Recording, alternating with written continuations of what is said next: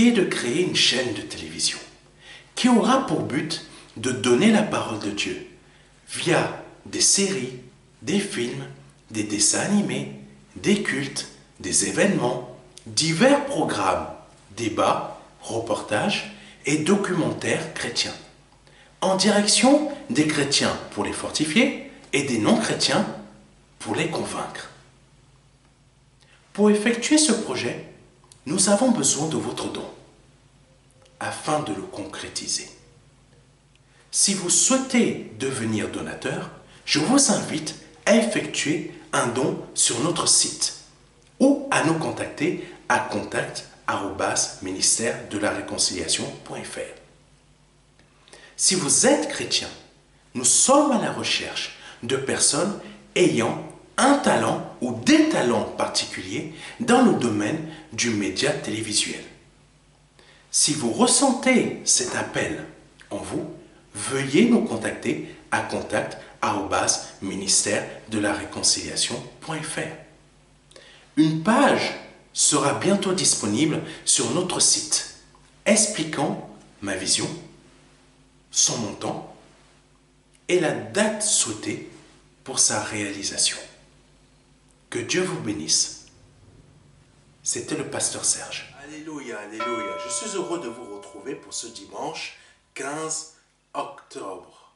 Que Dieu vous bénisse. Que Dieu soit loué pour ce dimanche auquel nous nous retrouvons. Nous allons voir aujourd'hui la suite de notre enseignement de dimanche dernier. Mais je tiens tout d'abord à dire à toutes les personnes qui nous suivent que Dieu vous bénisse et que le Seigneur vous fortifie. Que le Seigneur vous fortifie dans toutes vos forces, qui renouvelle vos forces, par le nom de Jésus-Christ de Nazareth. Car vous en avez besoin. Et il y en a plein dont vous avez besoin que le Saint-Esprit renouvelle vos forces. Pas forcément vos finances, mais vos forces. Parce que sans avoir de force, vous n'aurez pas de finances. Amen. Et ce n'est pas les finances que Dieu veut renouveler en premier, c'est vos forces. Il faut tenir ferme, mes frères et mes sœurs, parce que le combat est rude, le combat est difficile. Et il faut tenir, mes frères et mes sœurs. Il faut tenir ferme face au diable. Il faut tenir ferme face aux difficultés, parce que la victoire n'est jamais loin. Par le nom de Jésus-Christ de Nazareth. Et comme la semaine dernière, l'Esprit Saint m'amène encore à donner un nouveau secret aux personnes qui veulent avoir de l'argent. Parce que beaucoup de personnes m'appellent. Mais je ne suis pas un marabout. Eh oui, je ne suis pas un marabout. Je ne suis qu'un pasteur. Mais je vous donne un autre secret pour pouvoir financer vos finances. C'est très simple. C'est très simple. Comme la dernière fois, vous allez devoir faire des efforts. Alléluia. Le Seigneur m'a mis à l'esprit de vous dire les choses ainsi. Et c'est exactement comme cela s'est passé dans la parole. Parce que le Seigneur ne peut que rappeler ce qui est marqué dans sa parole. Et il ne peut jamais dire autre chose que ce qui est dans sa parole. Donc, première condition, tu veux avoir de l'argent. Première condition, quand Dieu a fait sortir le peuple d'Israël d'Égypte, qu'est-ce qu'il a demandé? Ça, il faut savoir, hein, mes frères et mes sœurs. Mais qu'est-ce qu'il a demandé plus tard? Ça, c'est pour les finances dont je vous parle. Qu'est-ce qu'il a demandé beaucoup plus tard? Que chaque personne du peuple devait apporter l'or qu'ils avaient chez eux. Écoutez-moi bien. Quand le peuple d'Israël est sorti, amen, quand le peuple d'Israël est sorti d'Égypte, ils sont sortis avec toutes les richesses qu'il y avait en Égypte. Amen. Mais, si certains pensaient qu'ils allaient garder ces richesses pour eux, il faut savoir que quand Dieu te donne de l'argent, c'est pour financer son œuvre. Mais en même temps, pour que tu en gardes une plus grosse partie pour toi, mais que tu utilises aussi une partie pour financer son œuvre. Donc, quand le peuple d'Israël est sorti d'Égypte, ils sont sortis avec beaucoup d'or, beaucoup de choses. Lisez la Bible, vous allez voir. Mais qu'est-ce que Dieu leur a demandé? C'est la même chose qu'il a fait à Abraham. Il lui a donné un fils, mais il lui a demandé, donne-moi ton fils. Mais bien sûr, et Abraham n'a pas assassiné son fils du tout. Mais ce que Dieu nous donne, il va nous le réclamer. N'oubliez jamais, n'oubliez jamais, n'oubliez jamais, n'oubliez jamais ce que je viens de vous dire. Ah oui, c'est quelque chose de très important. N'oubliez jamais. Dieu a permis que le peuple d'Israël parte avec toute l'or, etc. Mais qu'est-ce qu'il leur a demandé? Apportez, servez-vous de cet or pour bâtir telle chose, telle chose. Bâtir l'arche. Bâtir l'arche, première chose. Bâtir l'arche. C'est ce que l'Esprit Saint veut que vous compreniez. Bâtir l'arche. Le temple, tout au départ, c'était juste un truc assez simple. Mais bâtir l'arche. Première chose. Bâtir. Si je te donne de l'argent, si je te permets d'avoir de l'argent, c'est pour que tu puisses bâtir. Bâtir, aider à bâtir l'œuvre par laquelle je suis en train de passer pour te parler. Première chose, c'est ce que Dieu a dit au peuple d'Israël. Première chose. Alléluia. Ça, c'est la première chose qu'ils ont dû faire. Alléluia. Première chose. La richesse, plus tard, du peuple lui-même. Je parle du peuple en général. La richesse, plus tard, elle est arrivée beaucoup plus tard. Qu'est-ce que ça veut dire? Bâtis d'abord par tes finances l'œuvre que Dieu permet, par laquelle, plutôt, Dieu te parle. Aide à bâtir par tes finances l'œuvre par laquelle il te parle. Ça veut dire que toi qui écoutes, tu dois aider par tes finances. C'est ça, première chose. Écoutez-moi bien, je parle à ceux qui veulent devenir riches. Je ne parle pas forcément à toutes les personnes qui sont en train de me suivre. Je parle aux personnes qui veulent devenir riches.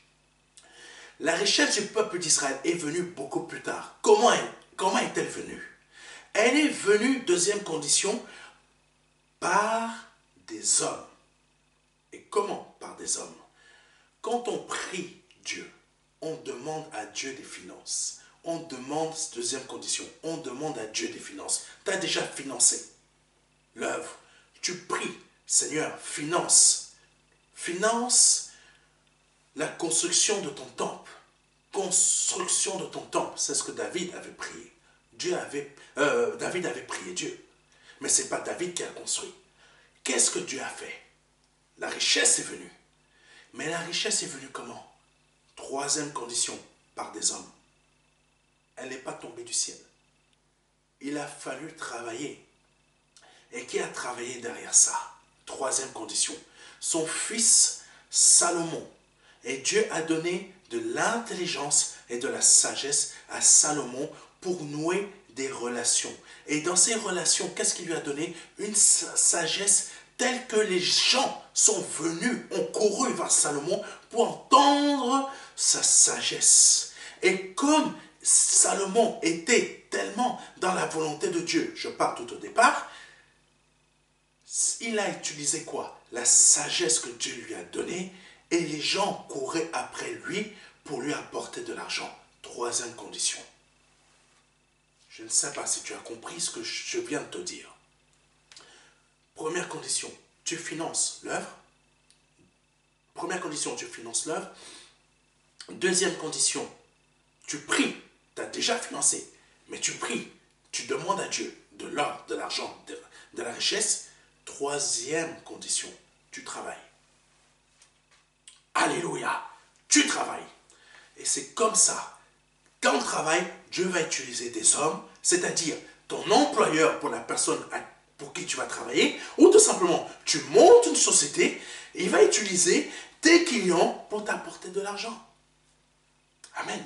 Et la sagesse de Salomon, à quoi correspond-elle dans ton travail? C'est-à-dire tout simplement, tu es excellent dans ce que tu fais. Et en étant excellent dans ce que tu fais, tu gravis les échelons et tu gravis les augmentations. Je t'assure, tu suis ça, Dieu va te bénir. Là, je parle aux personnes qui veulent devenir riches. Ça ne sert à rien de m'appeler. Je ne suis pas marabout, mais je viens de te donner les secrets. Et si tu veux mettre cela en pratique, mets-le. Tu peux déjà commencer à financer cette œuvre. Que Dieu soit béni, que Dieu soit glorifié. Mais il y a d'autres personnes qui ont à cœur de financer l'œuvre juste par amour. Ils n'attendent rien en retour. Vous pouvez aussi le faire, mes frères et mes sœurs. L'amour surpasse tout. L'amour, c'est ce qui fait que nous débordons. Nous débordons de joie, nous débordons de beaucoup de choses. Nous ne regardons pas notre condition, mais nous sommes emmenés à vouloir faire des choses pour Dieu parce qu'on l'aime. Donc, on peut donner de différentes manières. Il y en a qui vont donner parce qu'ils veulent être riches. Il y en a qui veulent donner parce que tout simplement, ils aiment. Amen. Que Dieu vous bénisse et qu'il vous fortifie. C'était juste une petite parenthèse. Je ne vous force pas à donner, mais c'était juste un petit secret pour vous aider à comprendre. Que Dieu vous bénisse et vous aide à comprendre ce que j'ai dit. Amen. Nous allons aller un peu plus loin. Nous allons passer directement à l'enseignement. Comme dimanche dernier, vous allez avoir la petite incrustation des versets un peu plus tard. Nous allons débuter parce que l'enseignement est un peu long. Et il est important que vous compreniez la suite de ces 7 secrets afin que vous ayez votre victoire. C'est très important. Il faut très bien finir 2023 et surtout très bien commencer 2024, mes frères et mes sœurs. C'est très important. Surtout très bien commencer 2024. On ne sait pas quand notre Seigneur va revenir. Peut-être même c'est aujourd'hui, peut-être même là, à cet instant que nous sommes en train d'enregistrer. Mais mon Dieu, le Seigneur revient bientôt. Soyez les meilleurs possibles. Ayez à cœur de vouloir faire le meilleur possible parce que vous aimez Dieu. C'est ça. Vous ne pouvez pas y arriver par vos propres forces, mais essayez quand même. Et c'est là que le Seigneur vous donne la force. Et c'est là que le Seigneur vous donne la force. Amen. Donc, commençons tout de suite. Le titre de cet enseignement, c'est « Les 7 secrets pour 7 victoires, seconde partie ». Amen. Et le Saint-Esprit va encore nous conduire. Amen. Nous avons vu dernièrement que les conditions, un petit rappel, nous avons vu dernièrement que les conditions du premier secret pour avoir la victoire sont au nombre de 3. Pour le premier secret, je parle. Premier. Donc c'était quoi? Pardonnez-moi. Pour le premier secret, devenir vigilant, se raffermir, avoir une conduite parfaite devant Dieu. Je répète, premier secret, devenir vigilant. Sois vigilant, mon frère, ma soeur. Se raffermir, raffermis-toi. Troisième condition, et avoir une conduite parfaite devant Dieu. Et une conduite parfaite devant ton Dieu, mon frère, ma soeur. Alléluia. Et une conduite parfaite. Appelle déjà ces 3 conditions pour la première victoire. Parce que un secret, une victoire. Un secret, une victoire. Commence par appliquer déjà ces 3 premières conditions pour le premier secret pour une victoire. Deuxième secret que nous avons vu la semaine dernière, dimanche dernier. Donc, les conditions de ce deuxième secret sont au nombre de 3 aussi. Alléluia. Oh, Seigneur, béni. Le Seigneur n'a pas besoin que l'on soit très puissant. Le Seigneur n'a pas besoin que tu sois puissant. Première condition. Le Seigneur n'a pas besoin que tu sois puissant ou très puissant. Par contre, il souhaite que tu sois obéissant, obéissante. Alléluia. Deuxième condition. Par contre, il souhaite que tu sois obéissant ou obéissante. Troisième condition. Que tu ne le renies pas. Alléluia. Que tu ne le renies pas. Première condition. Du deuxième secret. Il n'a pas besoin que tu sois puissant. Il a besoin que tu sois obéissant. Et il a besoin que tu ne le renies pas. Troisième condition du deuxième secret qui t'amène à une victoire. Maintenant, troisième secret que nous avons vu la semaine dernière. Alléluia. Troisième secret qui amène à une victoire que nous avons vu la semaine dernière. Première condition. Le Seigneur veut que tu prennes conscience que tu es misérable. Oh, ça c'est la partie qui a dû choquer beaucoup de personnes. Ça c'est la partie qui a dû choquer beaucoup de personnes. Il souhaite que tu prennes conscience que tu es misérable, pitoyable, pauvre, aveugle et nu. 5 conditions. Là, ton état, tu peux te prendre peut-être pour quelqu'un de super TTS, comme les ADD le disent. Très, très, très spirituel. Mais Dieu veut que tu prennes conscience de 5 conditions pour le 3e secret qui t'amène à une victoire. Première condition, tu es misérable. 2e, tu es pitoyable. 3e, tu es, alléluia, tu es pauvre, aveugle et nu. Alléluia. Si tu veux comprendre les enseignements qui se trouvent derrière toutes ces conditions, je t'invite à aller voir l'enseignement de dimanche dernier. Parce que là, malheureusement, je ne peux pas y revenir dessus. C'est très long et il faut qu'on avance parce que le Seigneur a des choses à dire. Donc je t'invite à aller voir l'enseignement de dimanche dernier. Si c'est la première fois que tu regardes cet enseignement, si là tu prends le train en marche en regardant la seconde partie. Oh Jésus! Aujourd'hui, donc, nous allons voir la suite de ces 7 secrets. La semaine dernière, nous en avons vu 3. Aujourd'hui, nous allons voir les 4 derniers. Les 4 derniers secrets. Alléluia. Il faut savoir que ces victoires sont une garantie. Sont une garantie. Amen. La victoire qui se trouve derrière ces 7 secrets sont garanties. Elles sont garanties par Dieu. Parce que Dieu a mis son sceau. Son sceau, quel est son sceau? C'est que Dieu est vérité. Quand il dit, tu fais ça, tu fais ça, tu fais ça, voici, voici celui qui vaincra, il aura ça, ça, ça. C'est une garantie. Et derrière ces 7 secrets, il y a une victoire. Je vous l'assure. C'est une garantie de la part de Dieu.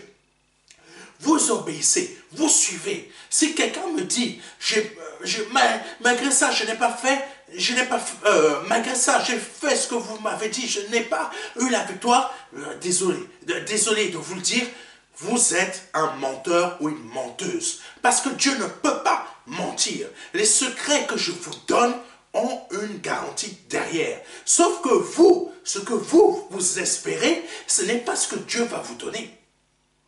Amen. Beaucoup sont là en train d'espérer, je vais avoir une grande marque de voiture, je vais avoir un château, je vais avoir, mais mon Dieu, ça va être énorme à bénédiction parce que tout simplement, je vais suivre ce que le pasteur Serge vient de me dire. Mais non, c'est pas ça que je suis en train de te dire. Tu es déjà rempli d'orgueil et d'idolâtrie dans ton cœur, même avant de commencer de suivre et de mettre en pratique les conditions qui correspondent à ces secrets dans ton cœur. C'est pour ça que tu échoues. Amen.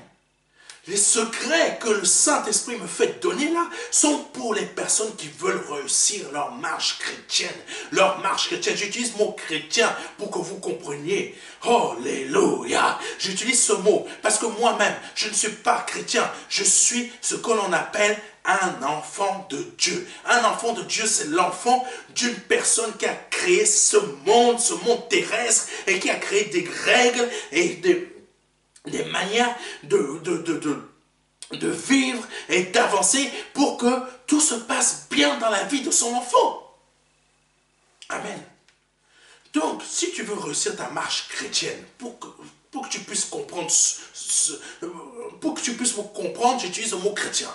Pour que tu puisses réussir ta marche chrétienne, il faut suivre Dieu et mettre en pratique les choses par amour, pas par intérêt. Amen. Donc, continuons. C'est pour ça que je dis que les victoires de Dieu au travers de ces secrets qu'il va t'apporter dans ta vie, ce sont garantis. Alléluia. Commençons par le 4e secret. Le 4e secret qui se trouve, alléluia, écoutez-moi bien, le 4e secret qui se trouve à Apocalypse 2, versets 4 à 7. Je répète, Apocalypse 4, chapitre 2, pardonnez-moi, versets 4 à 7.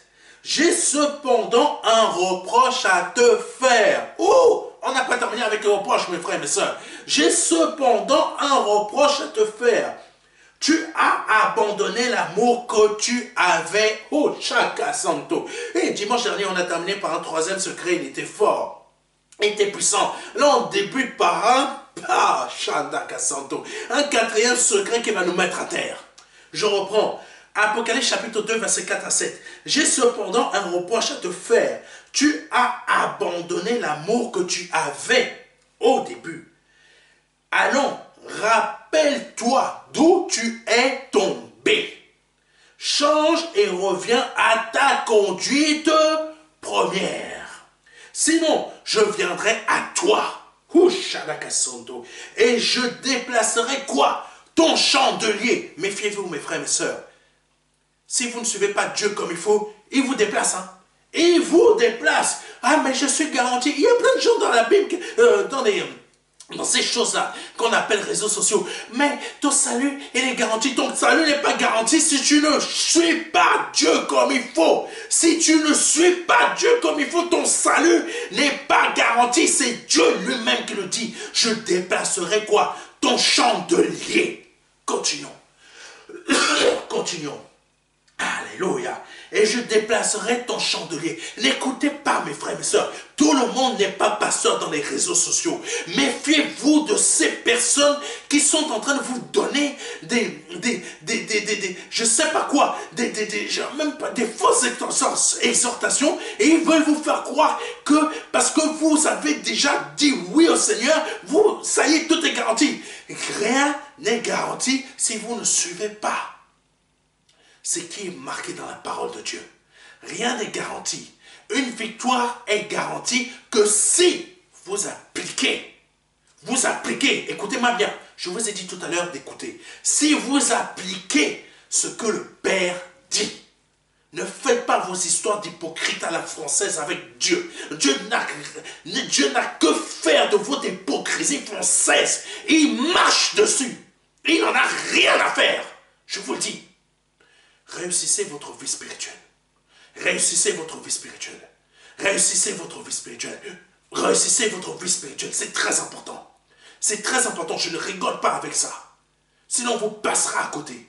Vous allez vous en mordre les doigts. Vous n'allez même pas comprendre pourquoi vous avez tant de problèmes dans votre vie.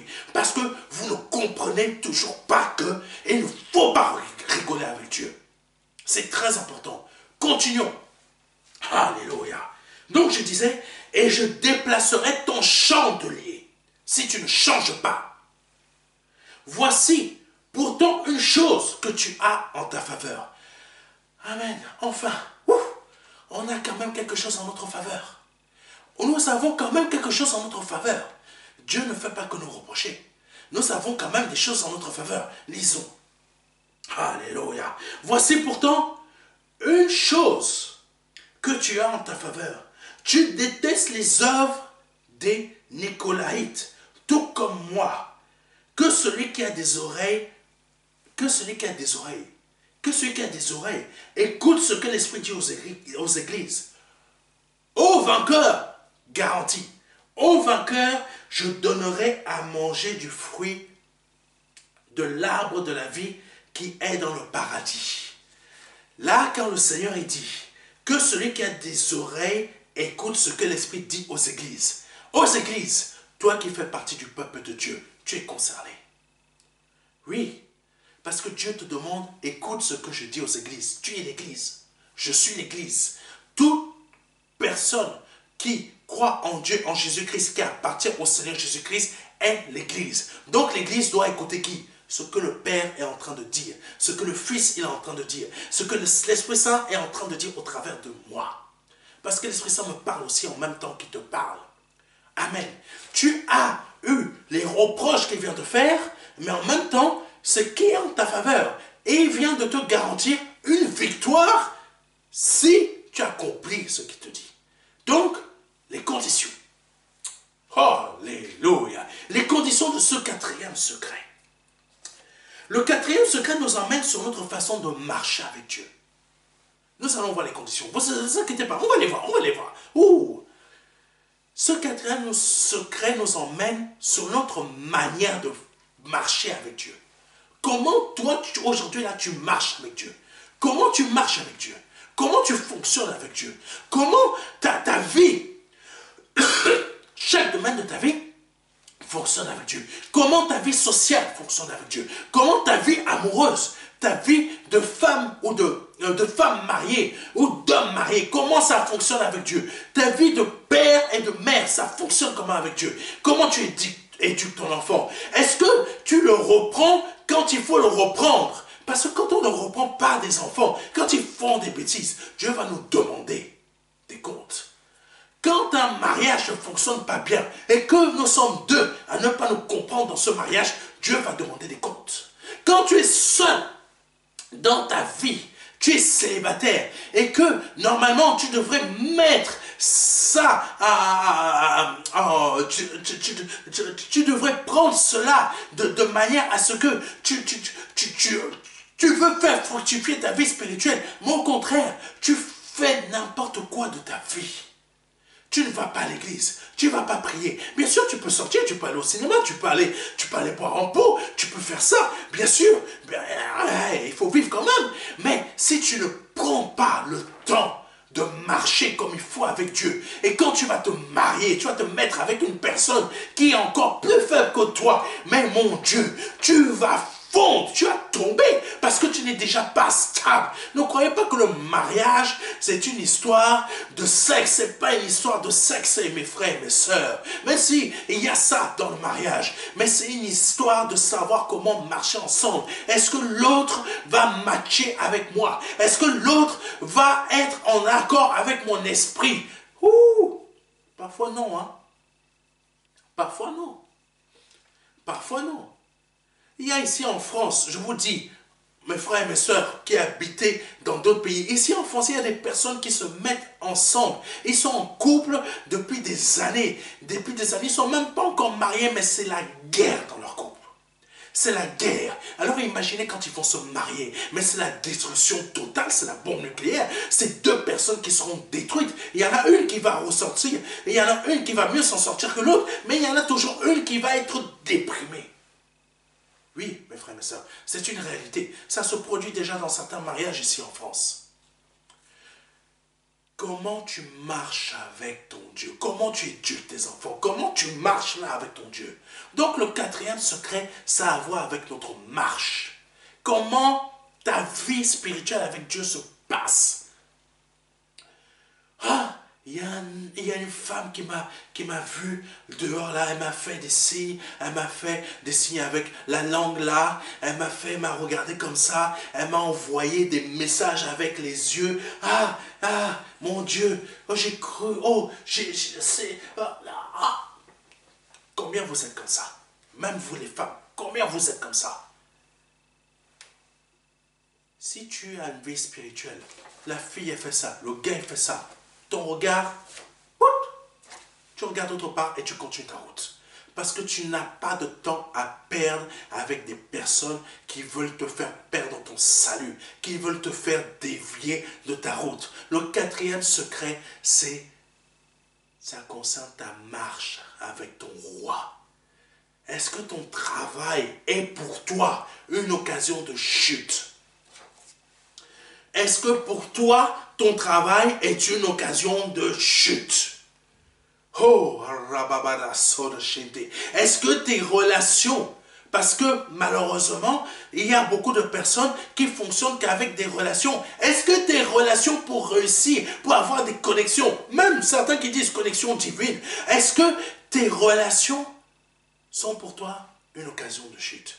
Normalement, connexion divine ne devrait pas te faire chuter. Mais il y en a qui prennent les connexions divines qui ne sont pas des connexions divines. Quand tu es trop dans le fonctionnement des relations, prépare-toi, tu peux chuter demain. Laisse Dieu te mettre lui-même en relation avec les personnes. Prendre le câble là, je te branche. Le câble là est branché déjà chez moi, est déjà branché à moi. Maintenant, c'est moi qui vais te mettre en relation. C'est moi qui vais te conduire. Tu ne sais même pas. C'est toi qui envoies des mails, mais tu ne sais même pas pourquoi tu envoies des mails. Mais là, je vais te brancher avec les bonnes personnes. Les connexions, fibre optique divine. Bénédiction. Ça, c'est la vraie connexion divine.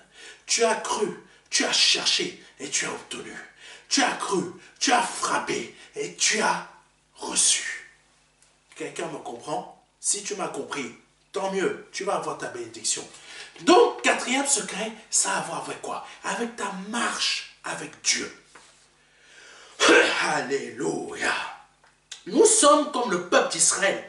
Nous oublions vite qui nous a sortis d'Égypte. Amen. Quelqu'un me comprend?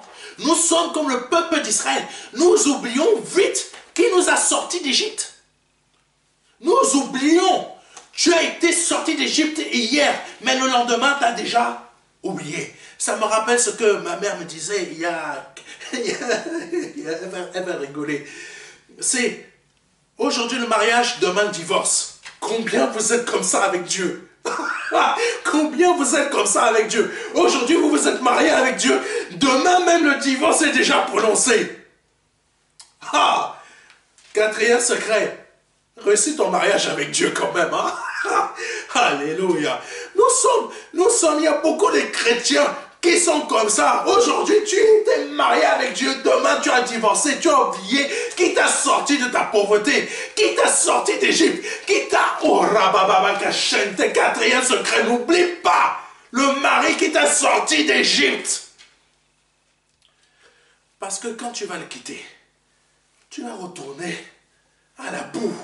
Tu vas retourner en esclavage. L'esclavage que tu ne veux pas. Et retourner là. Le nombre de démons qui vont venir te chercher. Tu vas pleurer. Ah! Quatrième secret. Ta marche avec Dieu, mon frère, ma soeur. Nous avons cette capacité d'oublier très vite les bonnes choses qui étaient faites par Jésus-Christ dans notre vie. Nous avons cette capacité. Ah! L'épreuve est venue, mais j'ai déjà oublié que Dieu m'a béni il y a quelques mois.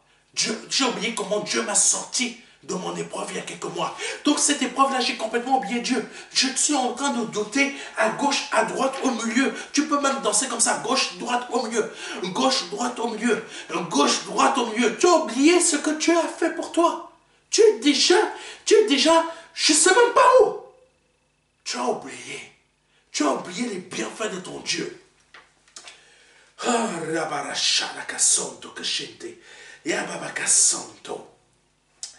Je connais tellement de personnes. Dieu les a bénis. L'épreuve, une autre épreuve est arrivée. Ils ont lâché Dieu. Ils ont lâché Dieu. Ils ont abandonné Dieu. Mais quand mes frères et mes sœurs, oubliez l'histoire. Oubliez le divorce. Marche avec ton Dieu. Vis une vie d'homme marié avec Dieu jusqu'à ta mort. Vis une vie de femme mariée avec ton Dieu jusqu'à ta mort. N'oublie pas les bénédictions de ton Dieu quand il y a des aléas dans ta vie. Quand le vent est en train de souffler dans ta vie, n'oublie pas. La barque est en train de secouer à gauche, à droite. Fais comme ton mari. Dors dans la barque. Dors dans la barque. Dors dans la barque. Fais comme ton mari. Vraiment, fais comme lui. Parce que si tu es une personne qui est tout le temps... mais ton mari, il va quitter la barque. Là, je parle de Dieu. Hein. Je ne parle pas de ton mari. Il va quitter la barque. Sois une personne qui sait compter sur ton mari, sur son mari. Ton mari, c'est Dieu, c'est Jésus-Christ. Il t'a donné un grand trésor qui est son Esprit Saint, qui est en train de te garder de toutes sortes de flots. Parce que quand tu es dans la barque avec le roi et que ton mari, il est en train de dormir, qu'il y a quelque chose qui est en train qui t'a secoué dans cette barque, tu te réveilles, tu dis... Chérie, mon mari, viens à mon aide, Ton mari va se lever et il va menacer ceux qui sont en train de t'attaquer. Un par un. Toi, tu te tais. Toi, tu fermes ta bouche. Les choses vont se calmer. Amen. Bien sûr, ton mari va te dire, mais pourquoi tu as manqué de confiance? Tu sais très bien que je suis à tes côtés. Tu crois que quelque chose peut t'arriver tant que je suis avec toi? Tant que je suis à tes côtés, tu penses que quelque chose peut t'atteindre? Je suis là. Je suis là. Tant que je suis là avec toi, que tu ne me renies pas, rien ne te touchera. Même l'épreuve qui est en train de fondre, qui est en train de tourner autour de toi. Ne fais pas attention à ça et à ces illusions que ces pics vont t'atteindre. Ces pics ne t'atteindront jamais parce que je suis avec toi. Alléluia. Ça, c'est pour quelqu'un. Par le nom de Jésus-Christ. Donc, les conditions de ce quatrième secret sont quoi? Ne pas abandonner l'amour du début. Alléluia. Troisième condition, se rappeler de là où tu es tombé. Rappelle-toi, qui est venu te chercher en Égypte pour te donner une meilleure vie. Troisième condition, change et reviens à ta conduite première. Change et reviens à ta conduite première. Quand nous sommes une personne qui a oublié d'où nous sommes sortis, d'où le mari, l'époux nous a sortis. Quand nous sommes ça, change très vite. Change très vite. Parce que quand tu seras dans la barque, le mari n'est plus là dans la barque. Quand la tempête va arriver, le vent va souffler, les flots vont commencer à être démontés. Le mari n'est pas dans la barque avec toi. Parce que tu as fait quoi?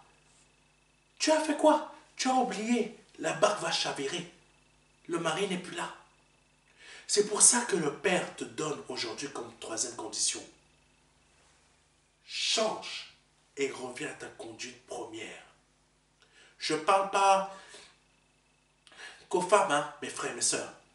Que tu sois homme ou femme, Dieu est notre mari. Donc aujourd'hui, le pas les maris des hommes bizarres ici en France, hein, les bêtises ici qui sont en train de faire en France. Là, je parle des choses d'esprit. Dieu est ton mari, monsieur. Dieu est ton mari, madame. Si tu ne reviens pas à ta conduite première, dans ta barque là, Dieu n'est plus là. C'est pour ça qu'il est dit dans cette... C'est pour ça qu'il y a qu'il y a une des trois conditions qui dit rappelle-toi d'où tu es tombé et change. Ça, c'est trois conditions pour avoir la victoire du quatrième secret. Par le nom de Jésus-Christ. Continuons, parce que le temps, comme toujours, il passe, mais il ne m'écoute jamais. Et il ne m'écoute jamais. Il est dit dans le verset 6, « Voici pourtant une chose que tu as en ta faveur. Tu détestes les œuvres des Nicolaïtes, tout comme moi. » Dans ce quatrième secret, Dieu donne une chose en notre faveur. Nous pouvons parfois détester des choses comme Dieu, mais nous ne marchons pas comme Dieu. Amen. Parce que quand on remarque bien dans ce quatrième secret, Dieu est en train de dire à son Église, toi, moi, nous tous là, hein? Dieu est en train de dire à son Église, il lui fait des reproches, mais il lui dit une chose qui est en sa faveur. Mais une seule chose est en sa faveur, c'est que cette personne déteste les œuvres des Nicolaïtes. Tu peux et tu as beau détester certaines choses dans ce monde comme Dieu déteste, mais tu ne marches pas comme le roi. Tu ne marches pas comme ton mari. Nous pouvons avoir en notre faveur le fait de croire en Dieu, de prier, de nous investir dans l'église et parfois, pour ceux qui le font, donner l'offrande et la dîme. Bien que l'homme sait être hypocrite en matière de finances. Ah, oui, mais oui, il faut le dire. Cela veut dire que tu demandes certaines bénédictions, mais derrière, ta main ne va pas dans ton compte pour bénir Dieu au travers de son œuvre. Tu demandes des bénédictions, mais ta main là, tu vois ta main là, à gauche ou droite, elle ne va pas dans ton compte pour aller prendre l'argent et bénir Dieu. Il y a quelque temps, ça fait 2 ans, une personne qui m'avait appelé, elle m'avait dit, pasteur, prie pour moi, j'ai besoin d'un travail. J'ai prié pour cette personne, je crois que c'était le lendemain, son travail, elle l'a reçu. Je vous assure, elle n'est pas partie bénir Dieu, hein. Elle n'est pas partie bénir Dieu. Hein. J'ai rien reçu, hein, de sa part. Quand je dis rien, l'association n'a rien reçu, hein, de sa part. Je ne dis pas qu'il faut recevoir, mais je dis qu'il ne faut pas être hypocrite avec Dieu. Deuxième fois, La personne m'appelle. Je sais qu'elle n'a pas béni. Hein. Je sais qu'elle n'a pas béni. Elle m'appelle une deuxième fois. Elle me dit, pasteur, j'ai besoin d'avoir de l'argent pour ça, ça, ça, ça. Je prie pour elle parce que j'aime. Ben, tout simplement, j'aime. J'aime. Qu'on donne de l'offrande ou qu'on ne donne pas, j'aime. Parce que Dieu, il agit comme ça envers nous. Que tu donnes ou que tu ne donnes pas, Dieu t'aimera toujours. Donc, mais, sauf qu'il y a une chose, Dieu n'aime pas l'hypocrisie. C'est tout. Donc, moi non plus, je n'aime pas l'hypocrisie. Donc, cette personne, je prie encore pour elle. Elle est encore bénie, même à la minute même. Rien reçu. Troisième fois, elle m'appelle. Elle me demande encore quelque chose. Je prie. Elle est bénie. Elle m'a raccroché ma monnaie. Voilà ce qu'on fait. Je ne lui ai pas demandé d'argent pour qu'elle me raccroche au nez. Hein. C'est dès qu'elle a reçu la prière est finie. Je n'ai même pas eu le temps de dire que Dieu vous... Voilà comment certains d'entre nous, on agit avec Dieu. Père, j'ai besoin de ma bénédiction. Dieu dit, d'accord, et oui, voilà. Tu as raccroché, tu as fait ta vie. Ta bénédiction, tu l'as déjà reçue. Dieu est resté où? Et Dieu est comment? Il est comme ça là. Ping, ping, ping. Hey, elle m'a raccroché au nez. Bon, je l'aime toujours. C'est tout. C'est comme ça qu'on fait avec Dieu. C'est comme ça que certains d'entre vous qui me suivez, vous faites comme ça avec Dieu. Continuons. Hypocrisie. N'est-ce pas, non? J'ai pas tort, non? J'ai raison. Bon, vous aurez du mal à me dire que j'ai raison. C'est une émission. Et il y a certaines bénédictions qui sont bloquées à cause du manque d'amour de donner. Vous savez que même avec 5 centimes, je ne dis pas 5 euros, 5 centimes, vous pouvez bénir Dieu. 5 centimes que tu donnes à son œuvre ou 10 centimes que tu vas donner à quelqu'un qui est pauvre. Oui, quand tu as la capacité de donner, donne, ne refuse pas, ne sois pas hypocrite. Ne manque pas d'amour. Que ce soit pour son œuvre. Parce que derrière cette œuvre, l'œuvre a besoin d'argent pour évoluer. Derrière cette œuvre, tu vas bénir quelqu'un. Mais en donnant aussi directement aux pauvres, tu bénis directement le pauvre. Amen. En donnant directement à Dieu, sans parler de finances, de ton temps, de ton amour, surtout de ton amour. Ça vaut plus que toutes tes finances. De ton amour, tu donnes de ton amour à Dieu. Ça veut dire que tu vas appliquer. Tu vas oublier, pas oublier, tu vas te rappeler de là où tu es sorti pour te dire, mon Dieu m'a sorti de là, mon mari m'a sorti de là. Je suis obligé, pas obligé dans le sens que c'est une obligation, mais obligé que tu te sens que ton amour pour ce mari-là qui est ton Dieu va te rappeler, non, je ne peux pas oublier de là où il m'a sorti. Je veux le bénir. Tiens, papa. Tiens, papa. Tiens, papa, je viens te servir. Tiens, papa, je ne peux pas laisser ce pauvre-là. Parce que je sais d'où tu m'as sorti moi-même. Rappelle-toi d'où tu es sorti. Un des secrets, une des conditions de ce 4e secret. Alléluia. Alléluia. David s'est rappelé de là où il est tombé. David s'est rappelé de là où il est tombé. David lui-même s'est rappelé de là où il est tombé. Quand David a péché, qu'est-ce qu'il a fait? Son amour l'a rappelé. Regarde d'où ton mari t'a sorti. Regarde d'où ton mari t'a sorti. Qu'est-ce que David a fait? David s'est dit, j'ai péché, mais je me rappelle tellement de là, du nombre de fois que mon mari m'a sorti, m'a pardonné, m'a sorti de mes épreuves, que là, là où je suis en train de passer, je ne peux, là où je suis en train de passer, il faut que je me rebond et où il faut que,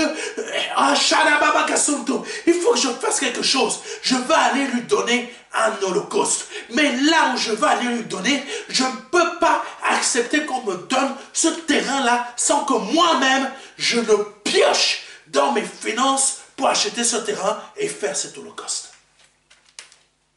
L'amour de David était tellement fort envers son roi qu'il se rappelait constamment d'où son Dieu l'avait sorti. Lui-même personnellement et son peuple. Donc, quand... Alléluia, je crois que vous ne comprenez pas. Quand il avait besoin de parler à son Dieu, là, c'était un besoin urgent de parler à son Dieu. Il est parti chercher le terrain d'Ornan. Je crois que c'est ça, Ornan. Alléluia. Pardonne-moi, Seigneur. Ah oui, Ornan. Il est parti chercher le terrain d'Ornan. Et Ornan a voulu lui donner ce terrain-là gratuitement. Tu es mon roi. Je ne peux pas te vendre le terrain, je te le donne. David a dit non, je ne peux pas prendre, je ne peux pas faire un holocauste là où je n'ai pas payé le terrain. Oh mon Dieu, c'est toute une prédication ça. Je ne peux pas faire un holocauste là où je n'ai pas payé le terrain. Ça revient à quoi? À l'Égypte, à Israël quand ils sont sortis d'Égypte. Tout à l'heure, Dieu a... Israël ne pouvait pas continuer la marche tant que Israël ne payait pas de ses deniers la fabrication de l'arche de l'alliance. Quelqu'un m'a compris? Ça, c'est une des très grandes conditions. Tu ne peux pas... David ne pouvait pas faire l'holocauste devant son Dieu tant que lui-même, il ne s'était pas saigné à blanc. C'est-à-dire, je n'ai pas payé, je ne peux pas faire cet holocauste tant que moi-même, je ne paye pas ce terrain. 1 Chronique, chapitre 21, verset 24. Mais le roi David dit à Ornan, non, je veux l'acheter contre sa valeur en argent. Car je ne présenterai point à l'Éternel ce qui est à toi. Écoutez-moi bien, ça fait partie des 3 conditions. Si vous ne me comprenez toujours pas, ça fait partie des 3 conditions du 4e secret. Car je ne présenterai point à l'Éternel ce qui est à toi, donc à Ornan. Et je n'offrirai point un holocauste qui ne me coûte rien. Pardonnez-moi. L'arche de l'alliance, il fallait que ça coûte quelque chose à chaque personne du peuple d'Israël. Tes bénédictions, ta marche avec ton Dieu, il faut qu'il y ait quelque chose qui te coûte. Oui, revenons aux 3 conditions. Revenons aux 3 conditions, que Dieu soit béni. Ne pas abandonner l'amour du début. Se rappeler de là où tu es tombé. Changer et revenir à sa conduite première. Le 4e secret, tu ne peux pas l'accomplir s'il n'y a rien, s'il n'y a pas quelque chose qui te coûte. Marcher avec Dieu, ça nous coûte. Mes frères et mes sœurs, comprenez-moi bien. Marcher avec Dieu, cela nous coûte. Donc, David, pour continuer à marcher avec Dieu, il fallait qu'il se saigne. Oui, mes frères et mes sœurs, les finances, ça nous saigne.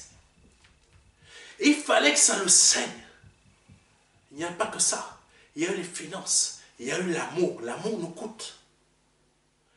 L'amour nous coûte. J'aime tellement mon Dieu que je ne peux pas aller faire mon holocauste dans un terrain qui ne m'a rien coûté. Je suis obligé de le payer. Ton amour pour ton Dieu t'amène à faire des choses pour que tu te maintiennes dans cet amour, dans cette barque avec ton Dieu. C'est pour ça que Dieu parle de change et reviens à ton premier amour. Je ne parle pas de finances, c'est des images, bien qu'il faut aider son œuvre. Mais l'amour va toujours te coûter. Quoi que tu penses, quoi que tu dises, ton amour va toujours t'emmener je ne vais pas trop utiliser le mot saigner parce que tout simplement, il y en a qui vont croire qu'ils doivent aller se saigner les bras. C'est pas ça. Dois aller bénir ton Dieu.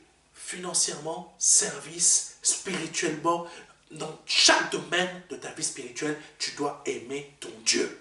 Chaque domaine de ta vie terrestre, tu dois aimer ton Dieu. Passons au 5e secret, parce que le temps passe. Alléluia. Passons au 5e secret. Oh, Rababa caché de Soda Santo. Cinquième secret maintenant. Nous passons au cinquième secret. Apocalypse chapitre 2, versets 9 à 11. Je répète, Apocalypse chapitre 2, versets 9 à 11. Je connais ta détresse et ta pauvreté, et pourtant tu es riche. On revient encore à quelque chose de la semaine dernière. Mais c'est un autre verset, c'est un autre secret. Amen. Je connais ta détresse et ta pauvreté, et pourtant tu es riche. Je sais les calomnies de ceux qui se disent juifs, mais qui ne le sont pas. Amen. C'est une synagogue de Satan. N'aie pas peur des souffrances qui t'attendent. Alléluia. Voici, le diable va jeter plusieurs d'entre vous en prison pour vous tenter. Alléluia. Et vous connaîtrez 10 jours de détresse. Sois fidèle jusqu'à la mort, et je te donnerai la vie pour couronne. Sois fidèle jusqu'à la mort, et je te donnerai la vie pour couronne. Que celui qui a des oreilles, écoute ce que l'Esprit dit aux églises. Toi et moi encore. Ô vainqueur, garantie de victoire, garantie d'obtenir la victoire, garantie d'obtenir quelque chose. Ô vainqueur, la seconde mort ne causera pas de mal. Garantie. Ô vainqueur, la seconde mort ne fera aucun mal. Ça, c'est le cinquième secret. C'est le cinquième secret sur les 7. Ce cinquième secret nous apprend beaucoup de choses que malheureusement nous ne souhaitons pas entendre de nos oreilles. Oui, le Seigneur nous dit beaucoup de choses au travers de ce cinquième secret que nous ne souhaitons pas entendre. Première condition, écoutez-moi bien. Première condition pour ceux qui notent. Je connais ta détresse et ta pauvreté, et pourtant tu es riche. Je connais ta détresse et ta pauvreté, pourtant tu es riche. Pourtant tu es riche. Amen. Pourtant tu es riche. C'est surprenant. Ça n'a rien à voir avec l'enseignement de dimanche dernier, où tu es riche matériellement, mais tu es pauvre spirituellement. Mais là, Dieu, il dit au contraire. Je connais ta détresse et ta pauvreté, mais pourtant tu es riche. Là, c'est plutôt le contraire par rapport à dimanche dernier. Tu es pauvre financièrement, tu ne vaux rien, tu n'as pas de matériel devant les hommes de ce monde, mais pourtant tu es riche devant moi. Amen. Dieu parle à certains d'entre nous. Dieu parle à certains d'entre nous.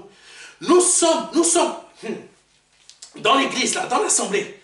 Nous sommes pauvres, et il y en a d'autres qui sont riches dans l'assemblée, mais ils se moquent de nous. Mais pour ton Dieu, tu es riche. Mais pour ton Dieu, tu es riche. Tu es pauvre dans la vie, tu es là tout le temps à te dire, mais mon Seigneur, je n'ai pas d'argent, je n'arrive pas à avancer. Ma vie n'a été un échec. Je vais dire quelque chose à quelqu'un après, là, de la part du Seigneur. Ma vie est un échec. Ça a tout le temps été un échec depuis des années, mais ton Dieu est en train de te dire, tu es dans la détresse, tu es dans la pauvreté, mais pour moi, tu es riche. Parce que ton esprit, devant moi, il est riche. Jésus, je te parle de Jésus là. Jésus, pour les hommes, il a échoué, mais pour Dieu, il a réussi. Regarde aujourd'hui combien de personnes croient en Dieu. Pour les hommes, il a échoué parce qu'il est mort à la croix, mais ça a été un succès. Ça a été un succès. Ta vie aujourd'hui là, beaucoup de personnes sont en train de la mépriser parce que tu es pauvre, tu es pauvre, tu es pauvre, tu es dans la détresse, tu n'as jamais ci, tu n'as jamais ça. Mais pour Dieu, pour ton Dieu, tu es riche, tu as réussi. Tu as réussi. Deuxième chose, l'apôtre Paul, pour beaucoup de personnes, ça a été un échec. Parce que c'est quelqu'un qui était grand et qui a chuté comme ça. Et qui était grand, qui était là, qui faisait partie des grands, qui avait des manteaux de roi. Et tout d'un coup, il a complètement changé, il s'est donné à Jésus. Et il était complètement roué sur la terre. On lui a tabassé, on l'a manqué de respect, on l'a insulté, il a fini en prison. Et à la fin, il est mort d'une façon... que beaucoup de personnes ne voudraient même pas mourir. Mais pour les hommes, ça a été un échec Mais pour Dieu, ça a été un succès. Regarde aujourd'hui. Si aujourd'hui tu crois en Dieu, en Jésus-Christ, c'est grâce à qui? C'est grâce à qui? Parce qu'un jour, il y a un homme qui a écrit un parchemin qui s'appelle les Romains. Quand il a fallu que quelqu'un chez les catholiques découvre ça, comment il s'appelle? Luther, je crois. Pas Martin Luther King, mais un autre Luther, un Allemand. Il a trouvé ça. Il a dit, ah, le salut est par grâce. Si aujourd'hui, on te prêche la parole, qu'il y a des hommes de Dieu comme moi et tant d'autres, des vrais, qui te prêchent la parole, c'est parce qu'il y a une personne qui s'appelle Paul, qui a été grand un jour, mais qui a chuté, qui a été roué par des coups, pour qui ça a été un échec sa vie, mais sa vie n'a pas été un échec, parce que regarde aujourd'hui, là où tu te trouves. Si aujourd'hui tu es en Christ, c'est grâce à cet homme. Ça veut dire que sa vie a été un succès. Ne regarde pas à là où tu te trouves, mais regarde à ce que Dieu voit de toi dans ta vie aujourd'hui. Tu es un homme riche. Tu es une femme riche. Je ne sais pas à qui je parle, mais je parle à quelqu'un. Tu es un homme qui est riche. Tu es une femme qui est riche. Première condition de ce 5e secret. Ne regarde pas tes conditions, ta condition là actuelle, mais regarde à comment Dieu te voit. Ne regarde pas ta pauvreté terrestre, à tes détresses terrestres, mais regarde comment ton Dieu te voit, parce qu'il y a, alléluia, il y a quelque chose de grand qui t'attend. Quelque chose de grand qui t'attend. Quelque chose de grand qui t'attend parce que Dieu te voit riche. Dieu te voit riche. Paul sur cette terre ne valait pas grand-chose, mais dans le ciel, c'est un homme grand, un homme riche, un homme puissant. Alléluia. Pourquoi? Parce qu'il a su rester dans cette richesse. Nous pouvons avoir une vie chrétienne remplie d'obéissance envers Dieu et être pauvre matériellement et financièrement. Oui, cela existe. Cela existe. Mais malheureusement, ce n'est pas cela que l'on recherche. Nous ne recherchons pas la richesse spirituelle, mais la richesse terrestre. Parce qu'on pense que la richesse terrestre va être la matérialisation de notre richesse spirituelle. Mais c'est faux. Donald Trump n'est pas spirituel devant Dieu. Donald Trump n'est pas spirituel devant Dieu, mais il est riche. Est-ce que cette richesse terrestre prouve que nous sommes riches spirituellement? Non. Détrompez-vous. Vous, on peut être bien devant la face de notre Dieu, mais nous sommes pauvres sur cette terre.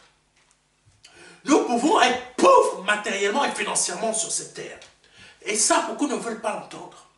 C'est pourquoi il est rajouté, pourtant tu es riche. Tu peux être pauvre, mais pourtant tu es riche. Mais Dieu ne te laissera pas manquer de quoi que ce soit. Amen. Quelqu'un me comprend?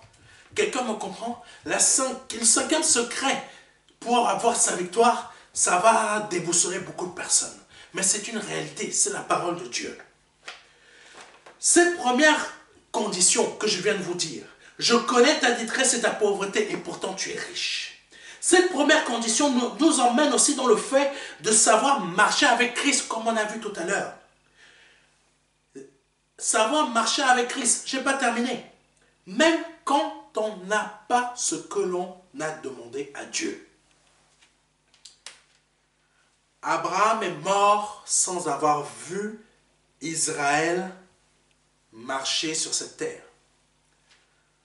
Moïse est mort sans Alléluia. Sans rentrer avec le peuple d'Israël en Canaan. Ouh, ça vous refroidit là. Oui, mes frères, mes sœurs, c'est une réalité. On peut mourir. On peut mourir sans avoir obtenu une de nos bénédictions phares que nous demandons à Dieu depuis des années. Nous pouvons mourir. Dernièrement, il y a une sœur pour qui on a prié, on a demandé qu'on prie pour elle. J'avais senti qu'elle allait mourir. Mais comment, l'Esprit Saint me l'avait montré, mais comment de dire à la sœur qui me demande de prier pour elle? Mais l'Esprit Saint m'avait montré que cette personne allait mourir. Mais comment lui dire? Je savais que parfois c'est difficile. En tant qu'homme de Dieu, c'est pas facile d'être serviteur de Dieu, hein, mes frères et mes sœurs. Et il y a le Seigneur nous montre des choses que parfois on ne peut pas dire. Il y a beaucoup d'entre vous, vous voulez devenir serviteur de Dieu comme ça du jour au lendemain. Mais serviteur de Dieu, ce n'est pas une tâche facile. Cette sœur nous a demandé, je vous donne réellement, ça va vous faire comprendre une des conditions du cinquième secret. Nous a demandé de prier pour cette sœur qui a des enfants, le premier doit avoir 13 ans, le deuxième doit avoir 14 ans, elle est mariée. Toute sa famille derrière attend que Dieu la sorte de là où elle est. Cette femme est atteinte par un cancer. Ce cancer-là est dangereux. Ce cancer-là est dangereux, mes frères et mes sœurs. Elle a été atteinte par un cancer. Je ne vais pas vous dire que tout vous raconter non plus. Juste une partie pour que vous puissiez, juste la partie qui va vous aider à comprendre ce cinquième secret, cette condition dont je vous parle. Elle a eu ce cancer, elle était en phase terminale. Dieu a tellement sorti des personnes au travers des prières qu'il m'a fait faire, de certaines conditions, mais c'était incroyable. Dieu a sorti des personnes. Je ne vous donne pas le nombre de miracles que Dieu fait au travers de moi, parce que je ne veux pas que vous couriez après moi à cause des miracles, mais je veux que vous couriez après Jésus-Christ au travers de moi. C'est ça que je veux que vous fassiez. Mais Dieu a fait tellement de miracles. Il en a fait, mes frères et mes sœurs. Il a sorti beaucoup de personnes de certaines conditions, mais incroyables. Cette sœur, j'ai commencé à prier pour elle, pour qu'elle sorte de cette phase terminale, que Dieu lui donne encore des jours supplémentaires. C'est là que je sens la pensée que Dieu qui vient en moi, qui me montre qu'elle va mourir. Elle va mourir. Elle va mourir. J'ai prié pour elle la semaine dernière. Mes frères, ça donne envie de pleurer. Vous ne comprenez, si mes frères et mes sœurs, ça donne envie de pleurer. Si vous n'êtes pas sensible au Saint-Esprit, vous ne pouvez pas comprendre le cinquième secret. Parce que vous resterez toujours au domaine où je veux le matériel, je veux les finances, je veux ça. Et vous vous trompez. Vous vous trompez. Parce qu'il y a des personnes qui sont dans le péché. Et incroyablement, dans le péché, ils sont plus riches que vous. Mais jusqu'à aujourd'hui, vous ne comprenez toujours pas. Donc je continue. L'Esprit Saint me montre dans mon cœur qu'elle va mourir. Mais je continue quand même à prier pour elle. Parce que comment je peux dire à la sœur? C'est son amie.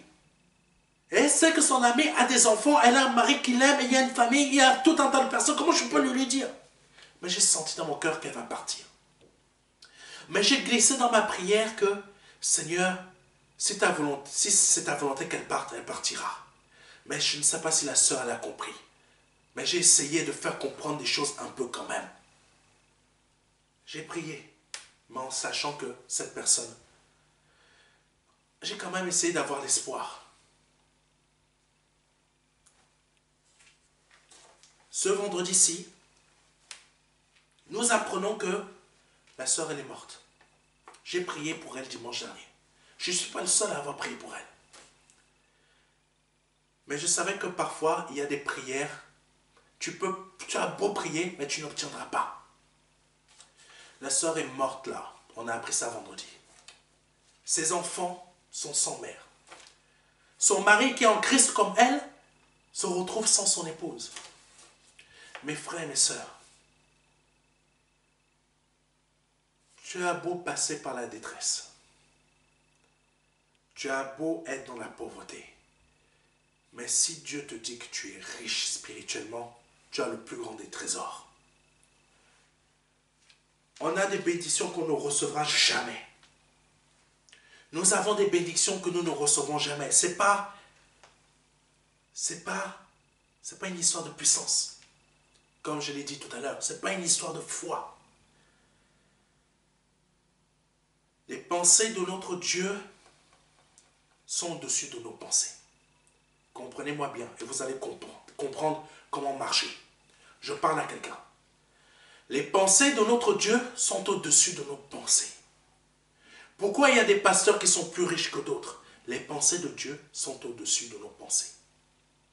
Et il y a des pasteurs sur cette terre, vous n'entendrez jamais parler de leur nom, mais ils sont 10 fois, 1000 fois, je ne sais même pas, un nombre incalculable de fois, plus puissant. Je ne parle pas dans le sens de puissance, mais dans le sens de la présence de Dieu est dans leur vie. Et 1000 fois, 10 000 fois, 15 000 fois, 20 000 fois, etc., etc., plus présente dans leur vie que dans la vie d'autres hommes de Dieu que vous entendez beaucoup parler, parce qu'ils sont devenus des stars. Mais ceux-là sont dans la pauvreté, sont dans la détresse, mais sont riches devant Dieu. Ne vous fiez pas à l'apparence, mais essayez de comprendre ce que le Seigneur veut vous faire comprendre dans cette condition-là, qui est, je connais ta détresse et ta pauvreté, mais pourtant tu es riche. Passons à la seconde condition du cinquième secret, parce que le temps passe. Je sais les calomnies de ceux qui se disent juifs, mais qui ne le sont pas. Deuxième condition. Je sais les calomnies de ceux qui se disent juifs, mais qui ne le sont pas. Le Seigneur connaît, quand il parle, quand on prend le contexte de ça, ça parle du fait que tu as des personnes qui sont de ta communauté, mais qui sont en train de calomnier ta vie, et qui veulent se faire passer pour des juifs, c'est-à-dire les vrais juifs dans la parole de Dieu, ce sont ceux qui suivent la volonté de Dieu. C'est marqué, l'apôtre Paul, il en parle. Ce sont des personnes qui se font passer pour des chrétiens, mais qui sont en train de calomnier ta vie. Qui sont en train de mal parler de toi. Tu vas à l'assemblée, ou c'est ton frère, ou c'est ta soeur, elle est en train de mal, ou il parle mal de toi, mais tu sens qu'il y a des choses qui se passent. Le Seigneur veut te faire comprendre par cette deuxième condition que ne fais pas attention. N'y prête pas attention. Laisse-moi gérer cette affaire, mais toi, tu marches. Troisième condition. N'aie pas peur des souffrances qui t'attendent. Voici le diable va jeter plusieurs d'entre vous en prison pour vous tenter et vous connaîtrez 10 jours de détresse. Pardonnez-moi. Qu'est-ce que cela veut dire? Cette troisième condition. Par cette troisième condition, le Seigneur nous apprend à ne pas craindre les épreuves, car au bout, il y a la victoire. La troisième condition de ce cinquième secret, le Seigneur veut t'apprendre à ne pas craindre les conditions, ne pas craindre les épreuves, mais les affronter avec foi. Parce que la parole de Dieu dit, le bouclier de la foi éteint les traits enflammés de Satan. Donc c'est avec ta foi que tu vas réussir à passer cette épreuve. Mais quand le Seigneur nous parle ainsi, c'est parce qu'il veut nous rendre forts. Peu importe le temps de cette épreuve, peu importe le temps que va mettre cette épreuve, il faut que tu sois fort ou forte. En l'occurrence, le Seigneur parle de 10 jours dans le contexte de ce verset. Mais parfois nos épreuves peuvent mettre du temps. Il faut savoir que 10 jours, un jour pour Dieu est comme 1000 ans comme un jour pour Dieu. Cette épreuve, Dieu peut la rendre longue ou peut la rendre courte, ça dépend si nous avons compris ce qu'il veut nous apprendre. Cette épreuve peut mettre 10 ou cette épreuve peut être 10 jours et 10 jours chez Dieu, ça peut être 3 mois, ça peut être 4 mois, ça peut être 5 mois, ça peut être 6 mois, ça peut être 10 ans, ça peut être 15 ans. Tout dépend de ce que nous comprenons de cette épreuve.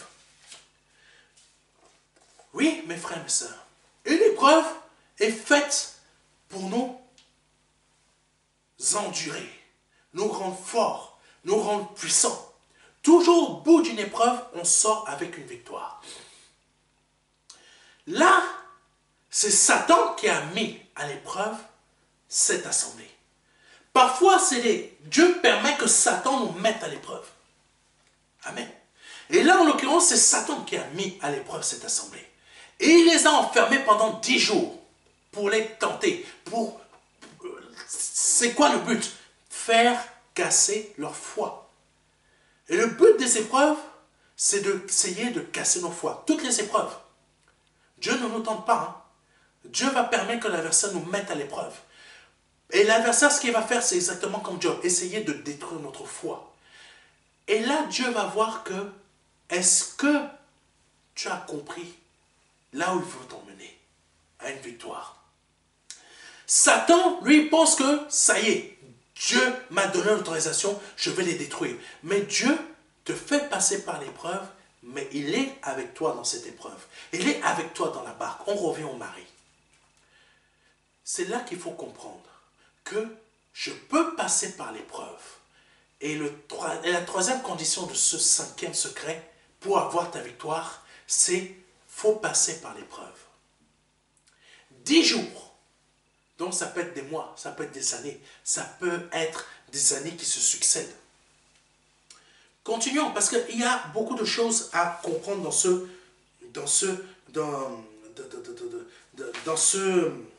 alléluia, dans cette explication de 10 jours de prison. La prison veut dire quoi? Et les 10 jours qu'ils ont passés en prison, qu'est-ce que ça veut dire? Mais la prison en elle-même, ça veut dire quoi? Ça veut dire isolation et privation de liberté. Quand on te met dans une prison, ça veut dire que l'on veut t'isoler. Satan veut t'isoler de Dieu. L'épreuve, Dieu permet que nous passions dans l'épreuve. Et c'est là qu'il connaît qui sont véritablement ses enfants. Oui, parce qu'on ne peut pas tous aller au ciel. Hein. Dieu fait des sélections. Oui, nous sommes en train de passer des sélections. Chaque épreuve dans notre vie, c'est un... comment vous expliquer ça? On passe un examen. Un examen. Parce que Dieu n'est pas bête, mes frères et mes sœurs. Il faut que je vous le dise. Dieu n'est pas bête. Il veut savoir qui sont ces enfants qui vont réussir ces examens. Donc une épreuve, c'est quoi? C'est un examen. Et cette prison, c'est quoi? Satan veut nous isoler de Dieu. Mais ce qu'il ne sait pas, c'est que le véritable enfant de Dieu sera toujours dans la barque avec son mari. Donc, lui, pensant qu'il va réussir à t'isoler de Dieu, mais Dieu est avec toi dans la prison. Je parle à quelqu'un. Dans l'épreuve dans laquelle tu es en train de passer, Dieu est avec toi dans cette prison. Autre chose de la prison, privation de liberté.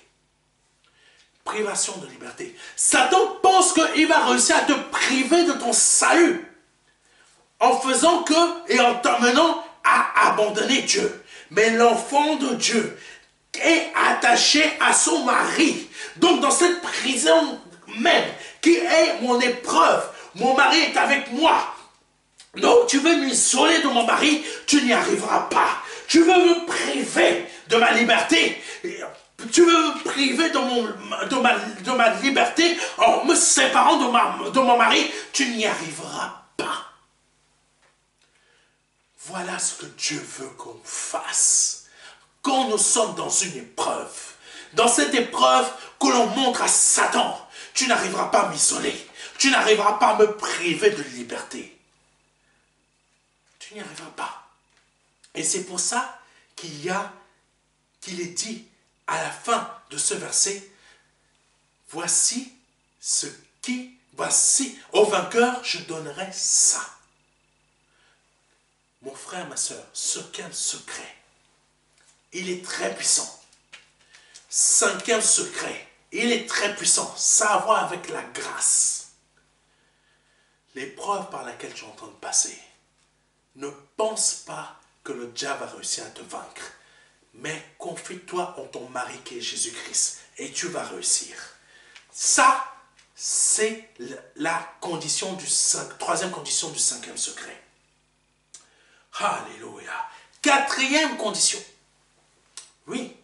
Oh, le cinquième secret est rempli de conditions. Quatrième condition. Sois fidèle jusqu'à la mort, et je te donnerai la vie pour couronne. Amen. Sois fidèle jusqu'à la mort, et je te donnerai la vie pour couronne. La fidélité est un point important chez Dieu. La fidélité est un point très important chez Dieu. Dans ce cinquième secret, la fidélité est très importante. Tenir ferme jusqu'à la mort est une preuve de fidélité. Aimer son mari ou sa femme, même quand rien ne va, est une preuve de fidélité. Pourvoir aux besoins financiers de l'œuvre de Dieu par ses offrandes, par ses dîmes, qui sont des dons, tout simplement, est une preuve de fidélité. Oh, la fidélité est très importante. Quand un homme de Dieu commence une œuvre qui n'est que dans ces moments de balbutiement, en fait, ça ne fait que démarrer. On ne sait pas encore vraiment là où on va. On ne sait pas encore vraiment là où Dieu veut nous emmener. Ce n'est que les débuts. On est toujours en train, les débuts, c'est toujours en train. Dieu, avec les débuts, écoutez-moi bien. Les débuts, pour Dieu, c'est pour permettre les paramétrages. C'est comme ça. On paramètre les choses. Début, on commence à paramétrer. Une œuvre, ça ne démarre pas de c'est sûr que ça va être comme ça, comme ça, comme ça. On ne sait même pas où on va. Un mariage, c'est pareil. C'est les débuts, c'est les paramètres. On paramètre les choses. Voilà, voilà. Là c'est pas encore ça. C'est pas là où tu veux. Là, c'est pas là où je veux que tu ailles. C'est, tiens, attends, je vais. Bon, ok. Envoie-moi une épreuve là-bas. Là, le paramétrage 1 là. Envoie-moi une épreuve parce que là, il n'a pas encore compris ou elle n'a pas encore compris. Là, il faut paramétrer là-bas. Envoie-moi une épreuve. L'épreuve, ça y est, elle a réussi. Paramètre bon. Pile, vert. Ça y est, la personne, mon serviteur, mon enfant ou ma fille, elle a compris. Deuxième paramètre, oh, ça va. Elle a compris là. Il n'y a pas besoin de preuve. Troisième paramètre. Non, là, il faut paramétrer là. Et envoie-moi une épreuve. Elle n'a toujours pas compris. Allez, envoie-moi une deuxième. C'est bon, paramétrage, ok. C'est comme ça que ça marche avec Dieu. Les débuts sont difficiles. Parce que tout simplement, c'est des paramétrages afin que l'œuvre fonctionne comme Dieu veut que ça fonctionne. Le mariage fonctionne comme Dieu veut que ça fonctionne. Ta vie, elle fonctionne comme Dieu veut que ça fonctionne. Ça fonctionne comme Dieu veut que ça fonctionne. Donc, un homme de Dieu, pourquoi je vous parle de ça? Ça va vous aider à comprendre. Il ne faut jamais mépriser les premiers commencements. Parce que les premiers commencements, c'est la partie la plus importante. Parce que c'est là que ça va définir ton avenir. C'est ça qui va définir ton avenir. Si le commencement n'est pas réussi, c'est un échec. Mais si le commencement est réussi, ton avenir est un succès. Amen. C'est pour ça qu'il ne faut jamais mépriser les premiers commencements. Et quand un homme de Dieu est fidèle, même si les premiers commencements sont difficiles, Dieu lui sera fidèle aussi. Mais Dieu est déjà fidèle. Mais Dieu saura le récompenser. Ou la récompenser. C'est comme ça pour le mariage. C'est exactement comme ça. Dieu bénit les mariages que lui-même conduit. Il ne bénit pas les mariages que lui ne conduit pas. Paramétrage, je vous ai parlé, je vous ai dit ça. Donc, c'est pareil pour l'œuvre. Et quand l'homme de Dieu est fidèle, malgré les épreuves, il tient. C'est là que Dieu fait que l'œuvre monte. C'est là que vous entendez, c'est là que vous commencez à entendre parler. Mais t'as entendu parler de ce pasteur-là? Waouh! Il est fort, hein? Il a des enseignements puissants, hein? Ça te booste comme ça, hein? Tu as entendu parler de ce serviteur-là? Waouh! J'ai entendu, mais il est dur, mais ça t'emmène vraiment très haut, hein? C'est comme ça qu'on commence. que Dieu fait. Il commence à te monter, il commence à te monter. Et c'est là que Dieu commence à faire venir les gens pour faire financer l'œuvre. C'est que comme ça. Ce n'est que comme ça, mes frères et mes sœurs. Zacharie, chapitre 4, versets 8 à 10. L'Éternel m'adressa encore la parole en ces termes. Zorobabel a posé de ses mains les fondations de ce temple. Et il en achèvera lui-même la reconstruction. Alors, pardonnez-moi. Alors, vous saurez que le Seigneur des armées célestes m'a envoyé vers vous.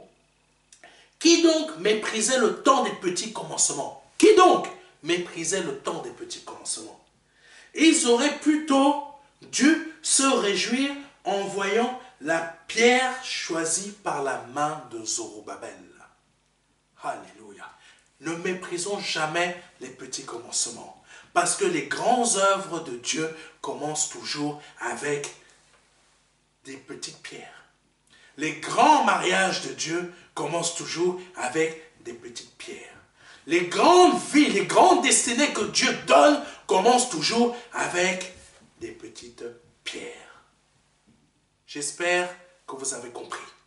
Et j'espère que vous avez compris à qui fait référence cette pierre, le Seigneur Jésus. Mais j'espère que vous avez compris cette quatrième condition pour réussir le cinquième secret. Passons au sixième secret, parce que le temps avance.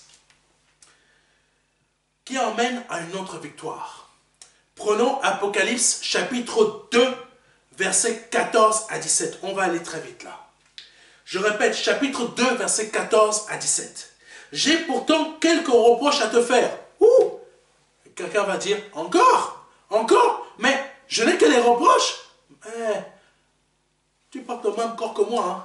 Dieu n'a que les reproches envers moi. Hein? Pourquoi? Ces reproches sont faits pourquoi? Pour nous améliorer, mes frères et mes sœurs. Ce n'est pas pour nous taper dessus. C'est pour nous emmener à la victoire. Les reproches qui sont faits sur cette terre, c'est pour nous détruire. Mais les reproches de Dieu, que Dieu nous fait, même, c'est pour nous emmener à être meilleurs, à une vie meilleure, à réussir, à être béni, à être riche spirituellement.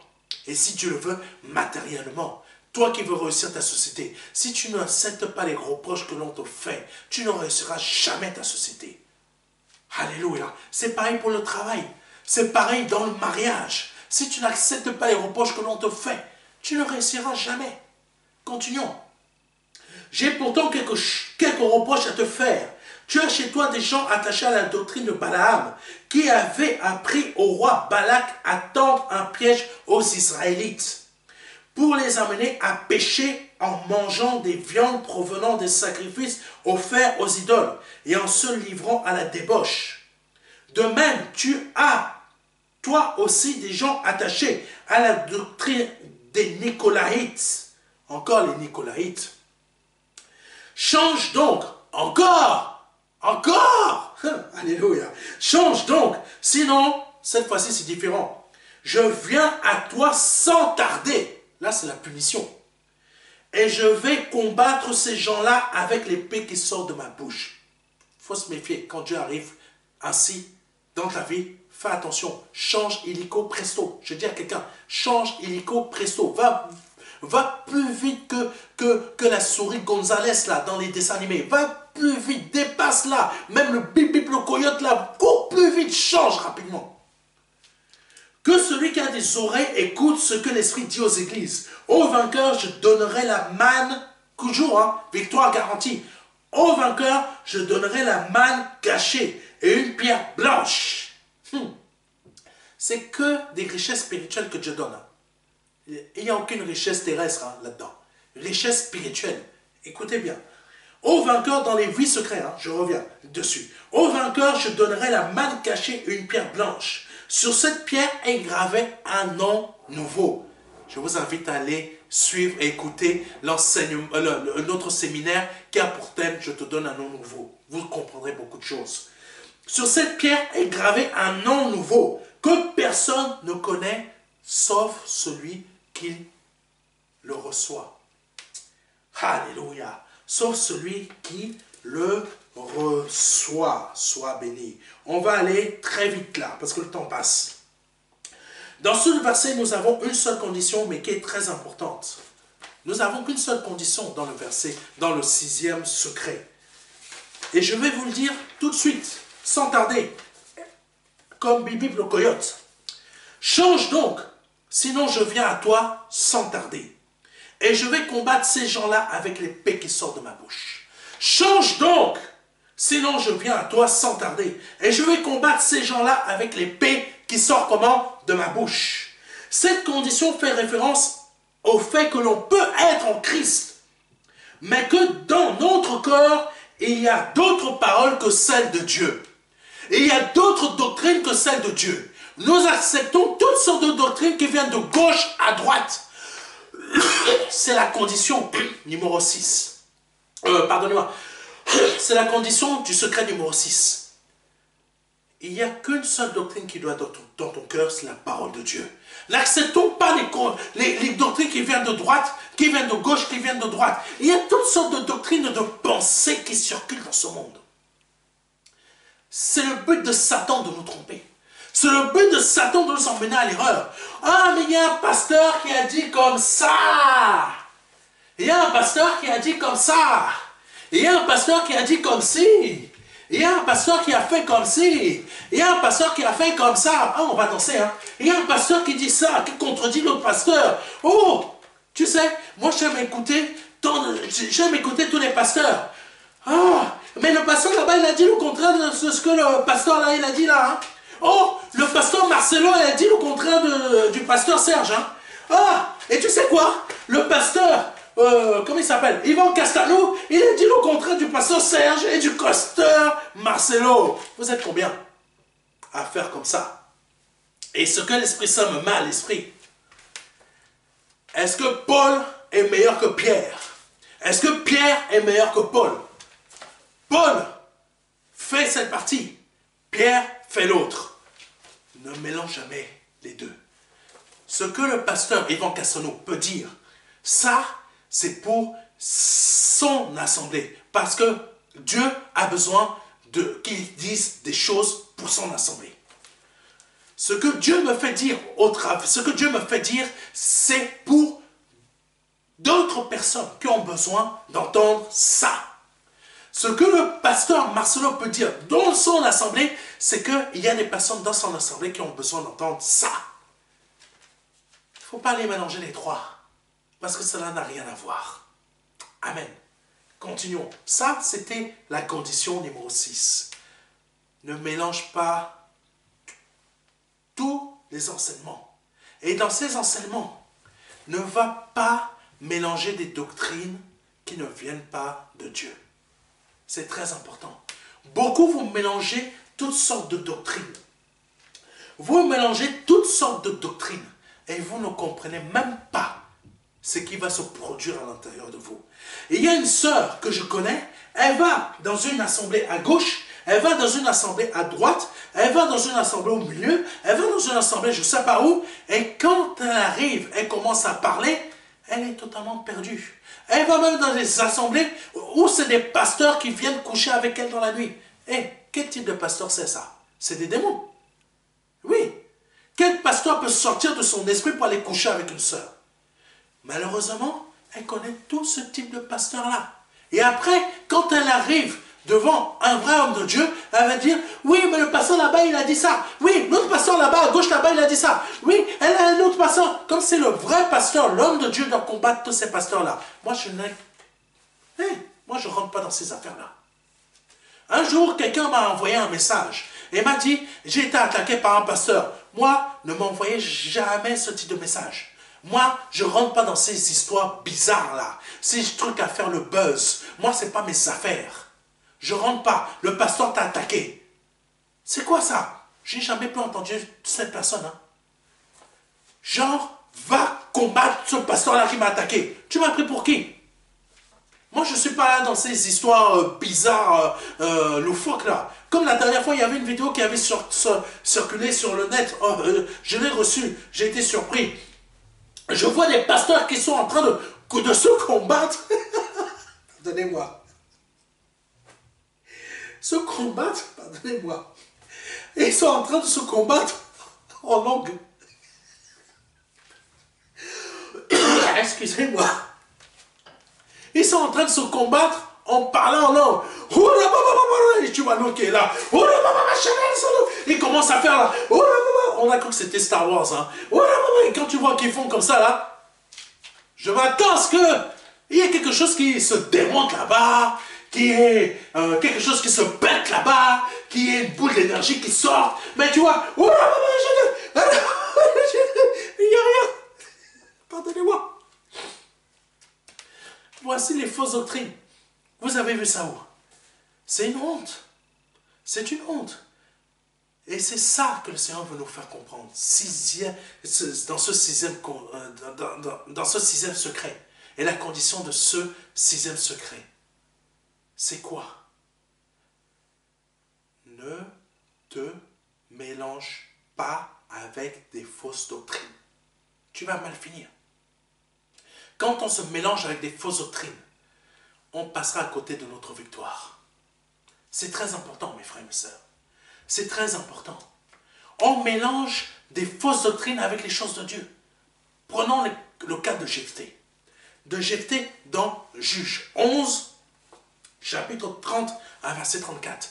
Jephthé, il faut savoir que les juges, la période des juges, c'est une période où le peuple d'Israël était de nombreuses années, ils croyaient, ils ont accepté, pardonnez-moi, des dieux qui étaient des idoles durant de nombreuses années, et ils ont inculqué cela, les enseignements de ces idoles, de ces autres, qu'on peut dire, religions, ils ont inculqué ça au monde de leur famille depuis de nombreuses années. Et quand Dieu venait chercher une personne du peuple d'Israël afin qu'elle délivre Israël, le problème avec ces juges-là, oui, le problème avec eux, c'est qu'ils mélangeaient leur condition actuelle qui était avec des faux dieux, avec les choses que Dieu leur demandait de faire.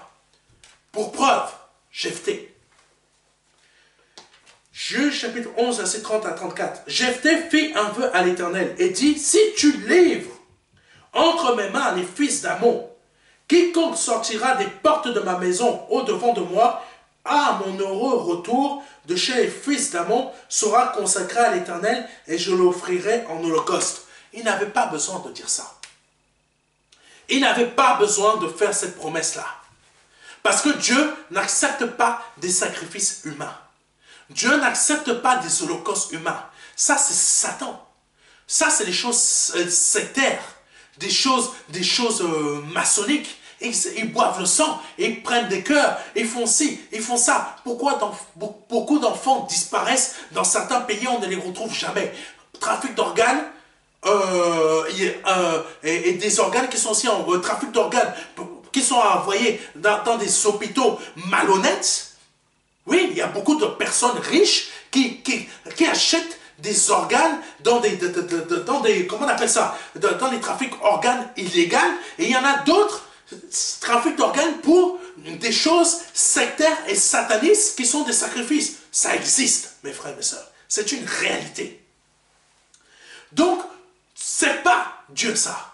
Jephthé n'avait pas besoin de faire cette promesse.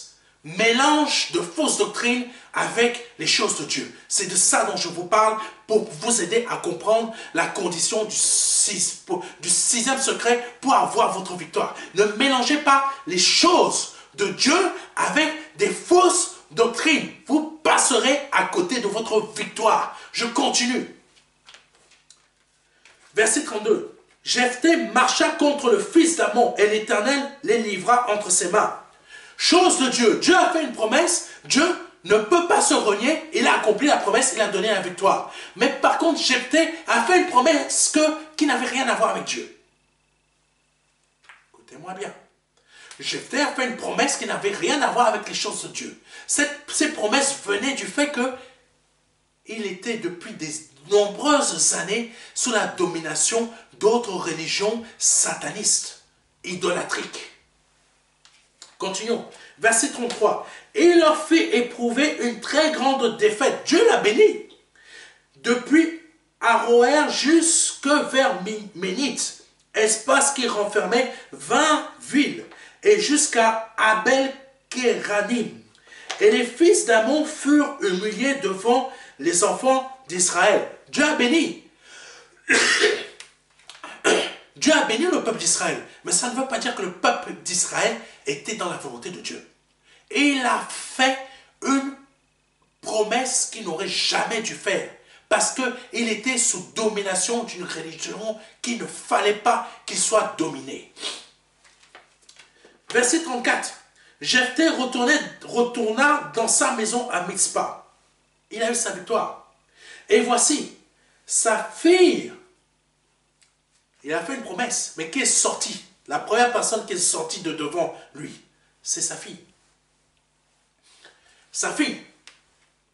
Il a mélangé les choses des autres peuples avec les choses de Dieu. Et voilà ce que ça a donné. Et voici sa fille sortie au devant de lui avec les tambourins et des danses. C'était son unique enfant. Et il n'avait point de fils et point d'autres filles. Voici ce que Jephthé a fait. Jephthé était dans les choses de Dieu, Dieu l'a béni. Mais dans son esprit, il y avait d'autres choses. Vous pouvez être comme ça. Vous priez Dieu, Dieu vous bénit, mais à l'intérieur de votre esprit, il y a d'autres choses qui ne doivent pas y être. Et c'est pour ça que vous êtes perturbé comme Jephthé. Jephthé, Dieu a utilisé Jephthé, mais Jephthé était un juge perturbé.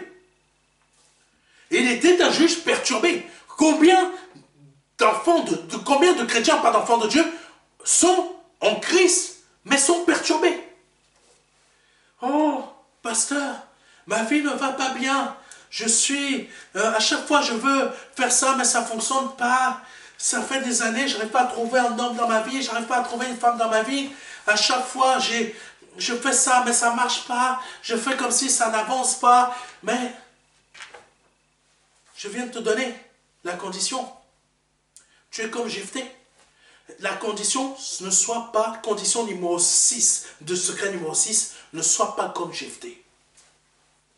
Ne sois pas comme Jephthé. Retire de ton être toutes les fausses doctrines. Par le nom de Jésus-Christ. 7e secret pour terminer. Alléluia. Merci Seigneur de ce que tu dis au travers de nous. 7e secret. Alléluia. Qui emmène à une victoire. Le verset, pardonnez-moi, Apocalypse, chapitre 2, versets 24 à 29. Le 7e secret pour avoir une victoire se trouve dans Apocalypse, chapitre 2, versets 24 à 29. Quant à vous, les autres membres de l'Église qui est à Thyatire, pardonnez-moi, vous qui ne suivez pas cet enseignement et qui n'avez pas voulu connaître ce qu'ils appellent les profondeurs de Satan, je vous le déclare, je ne vous impose pas d'autre fardeau, mais tenez fermement ce que vous avez jusqu'à ce que je vienne. Au vainqueur, à celui qui continue à agir jusqu'à la fin, selon mon enseignement, je donnerai autorité sur tous les peuples. Amen. Grande bénédiction. Et il les dirigera avec un sceptre de fer, comme on brise les poteries d'argile. Soyez pas une poterie d'argile. Soyez de valeur. Ainsi que j'en ai reçu, moi aussi, le pouvoir de mon Père, et je lui donnerai l'étoile du matin. C'est une grande bénédiction, le 7e secret.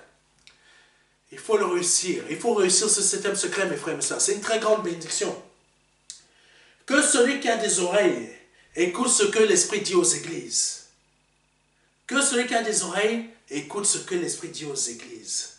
Le 7e secret, chiffre 7, perfection de Dieu. Le 7e secret, c'est celui qu'il faut absolument avoir. Alléluia. Le 7e secret, c'est celui qu'il faut absolument avoir. Parce qu'il y a tellement de bénédictions là-dedans. Je vous les nomme, ces bénédictions. Au vainqueur, à celui qui continue à agir jusqu'à la fin, jusqu'à la fin selon mon enseignement. Écoutez bien. Au vainqueur, je vous ai parlé tout à l'heure, mais là c'est Dieu qui parle. Dieu parle au travers de moi, Dieu parle aussi au travers de sa parole. Il dit quoi? Au vainqueur, à celui qui continue, ça veut dire que tu ne l'abandonnes pas. Qui continue, ça veut dire que tu ne laisses pas, tu ne renies pas. Tu reviens à Dieu rapidement, hélico presto, comme Speedy, Gizzy, je sais pas quoi, Gonzalez et Bibi le Coyote. Tu cours plus vite qu'eux. Au vainqueur, celui qui continue à agir jusqu'à la fin. Jusqu'à la fin.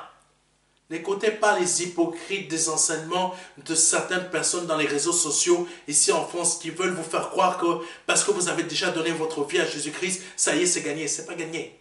C'est dit jusqu'à la fin. Jusqu'à la fin. Jusqu'à la fin. Tout le monde n'est pas pasteur. Écoutez les vrais pasteurs. Jusqu'à la fin. Selon mon enseignement. C'est ce que Jésus dit. Il parle de son enseignement. Pas les enseignements des autres. Et il parle des enseignements ces enseignements à lui qu'il me fait vous dire. Pas les enseignements du pasteur Serge, mais les enseignements du Seigneur Jésus-Christ que le Saint-Esprit me fait vous dire. Je donnerai autorité sur quoi? Sur tous les peuples. Il les dirigera avec un sceptre de fer, comme on brise les poteries d'argile, ainsi que j'en ai reçu moi aussi le pouvoir de mon Père, et je lui donnerai l'étoile du matin.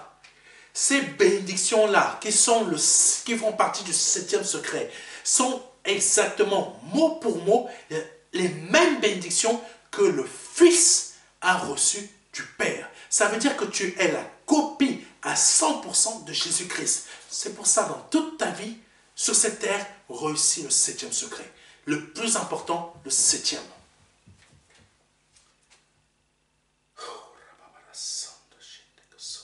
Première condition du 7e secret. Vous qui ne suivez pas cet enseignement et qui n'avez pas voulu connaître ce qu'ils appellent les profondeurs de Satan, je vous le déclare, je ne vous impose pas d'autre fardeau. Quand nous sommes déjà dans une épreuve difficile,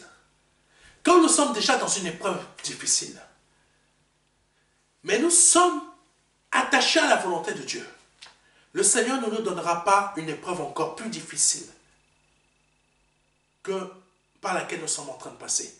Et il ne nous donnera pas une épreuve qui est moins facile encore. Hein. Non, il ne nous rajoute aucune épreuve. Parce que nous sommes... Cette épreuve-là, elle est dure. Et c'est la seule vraiment qui va constituer la dureté de toute notre vie. Oui, il y a des épreuves, c'est une épreuve qui va durer toute notre vie. Mais Dieu ne va pas rajouter d'autres épreuves.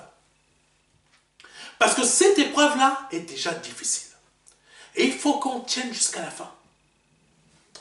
Première condition, ton épreuve tient jusqu'à la fin. Deuxième condition, mais tenez fermement ce que vous avez jusqu'à ce que je vienne.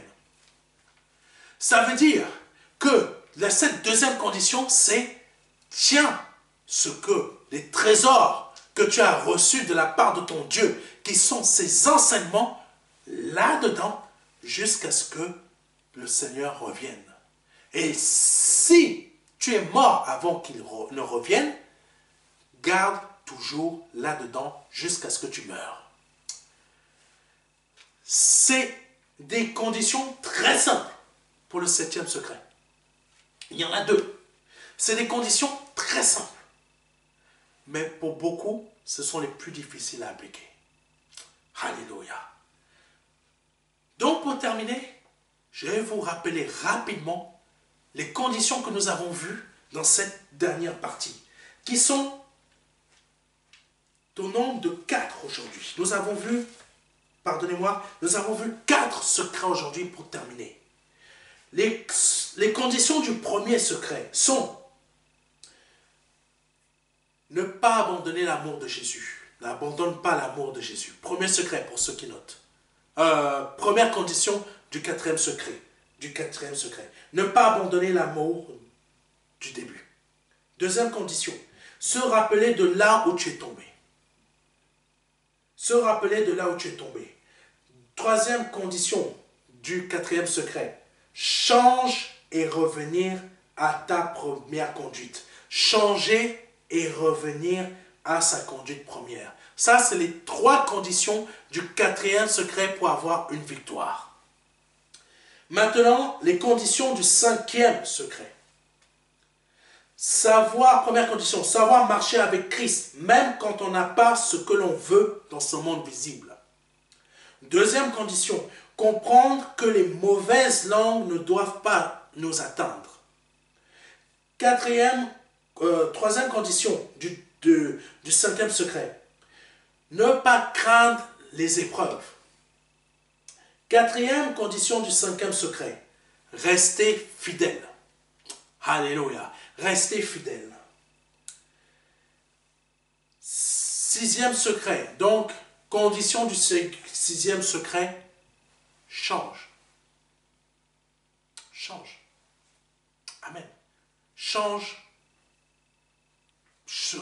pour ne pas te faire dépasser. Change pour ne pas rater.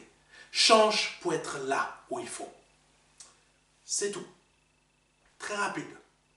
Condition du 6e, c'est très simple. Condition du 7e secret. Alléluia. Il y en a 2 conditions. Mais je vous les ai séparé ces 2 conditions en 4 conditions. Pour terminer. 7e secret. Résistance, persévérance, dépassement de soi, tenir ferme. Si vous n'avez pas compris le 7e secret tout à l'heure, par les 2 conditions que je vous ai données, je vous les séparer en 4 conditions.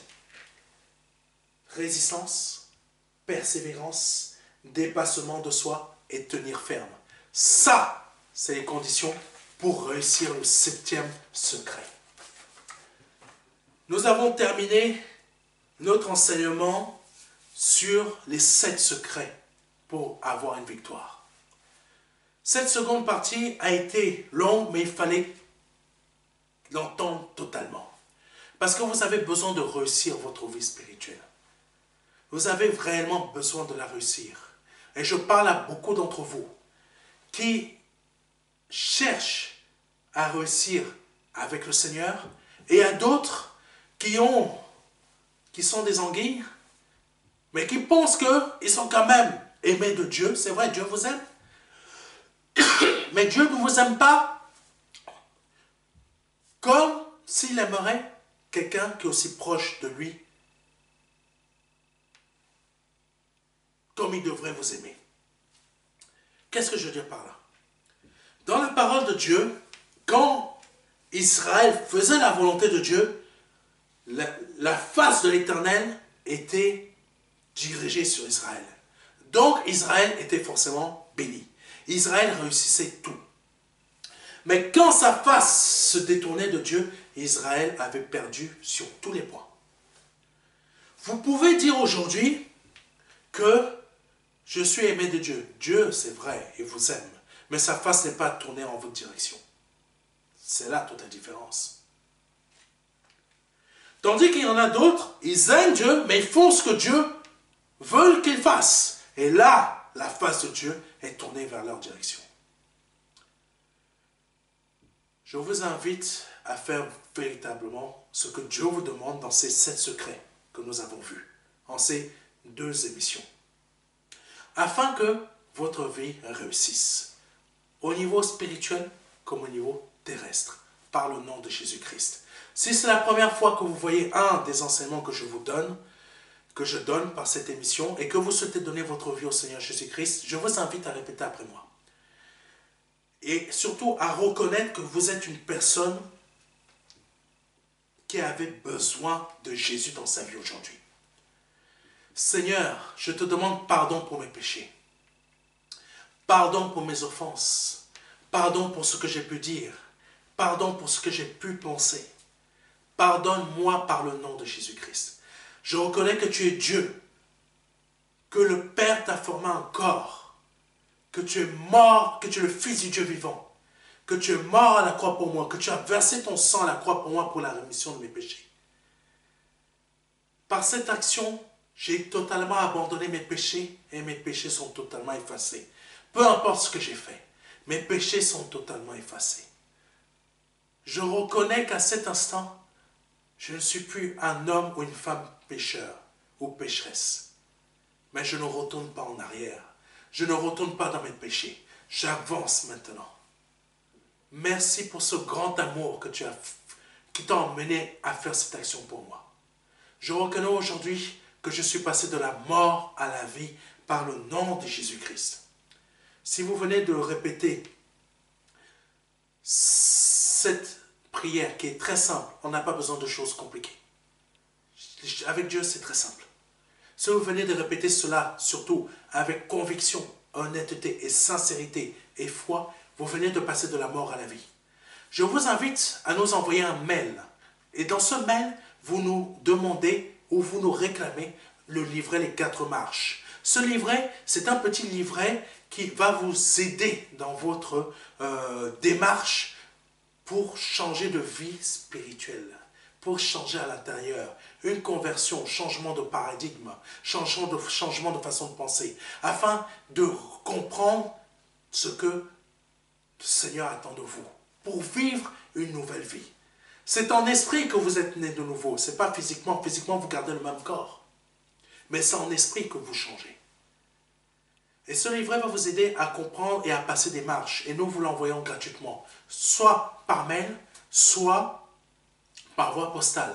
C'est nous qui payons l'envoi, peu importe votre pays. Mais sachez-le, vous l'avez aussi déjà disponible sur notre site internet et vous pouvez le télécharger gratuitement sans nous contacter. Que Dieu vous bénisse et qu'il vous fortifie et qu'il vous aide à comprendre. Soyez disponible pour qu'il vous aide à comprendre ces deux enseignements par le nom de Jésus-Christ.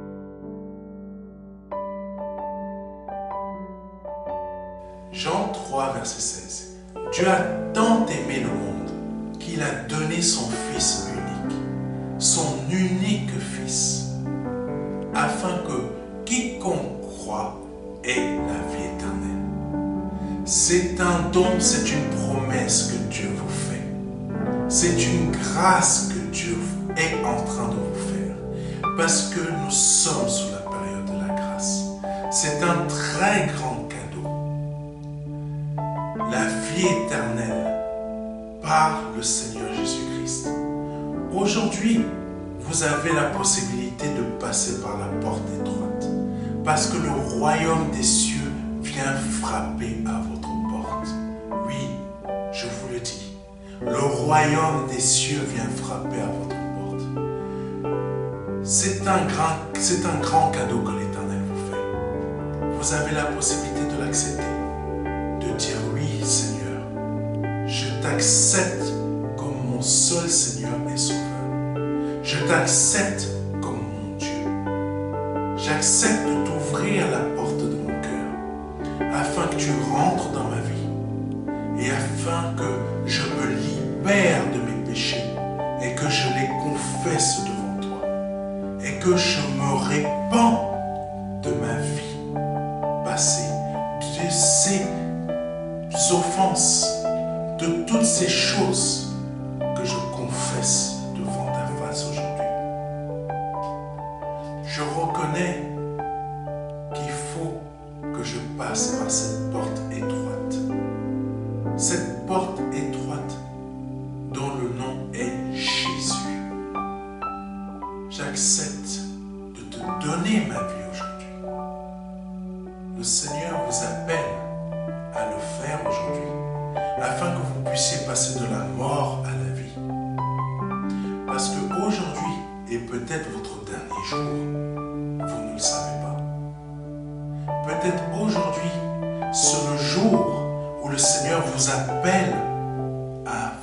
donner à lui, à donner votre vie au seul Dieu, au seul et unique Dieu, le Dieu vivant et vrai. Vous avez la possibilité de le faire aujourd'hui parce que c'est la seule porte qui existe. C'est une porte étroite. C'est une porte qu'il faut emprunter pour pouvoir accéder au salut. Vous avez la possibilité aujourd'hui de l'emprunter en nous contactant à contact@ministère de la réconciliation.fr. Vous avez la possibilité aujourd'hui de recevoir un livret numérique de notre part qui va vous aider dans cette démarche afin que vous puissiez accéder à la vie éternelle. Ne tardez pas, parce que vous ne le savez pas. Peut-être aujourd'hui,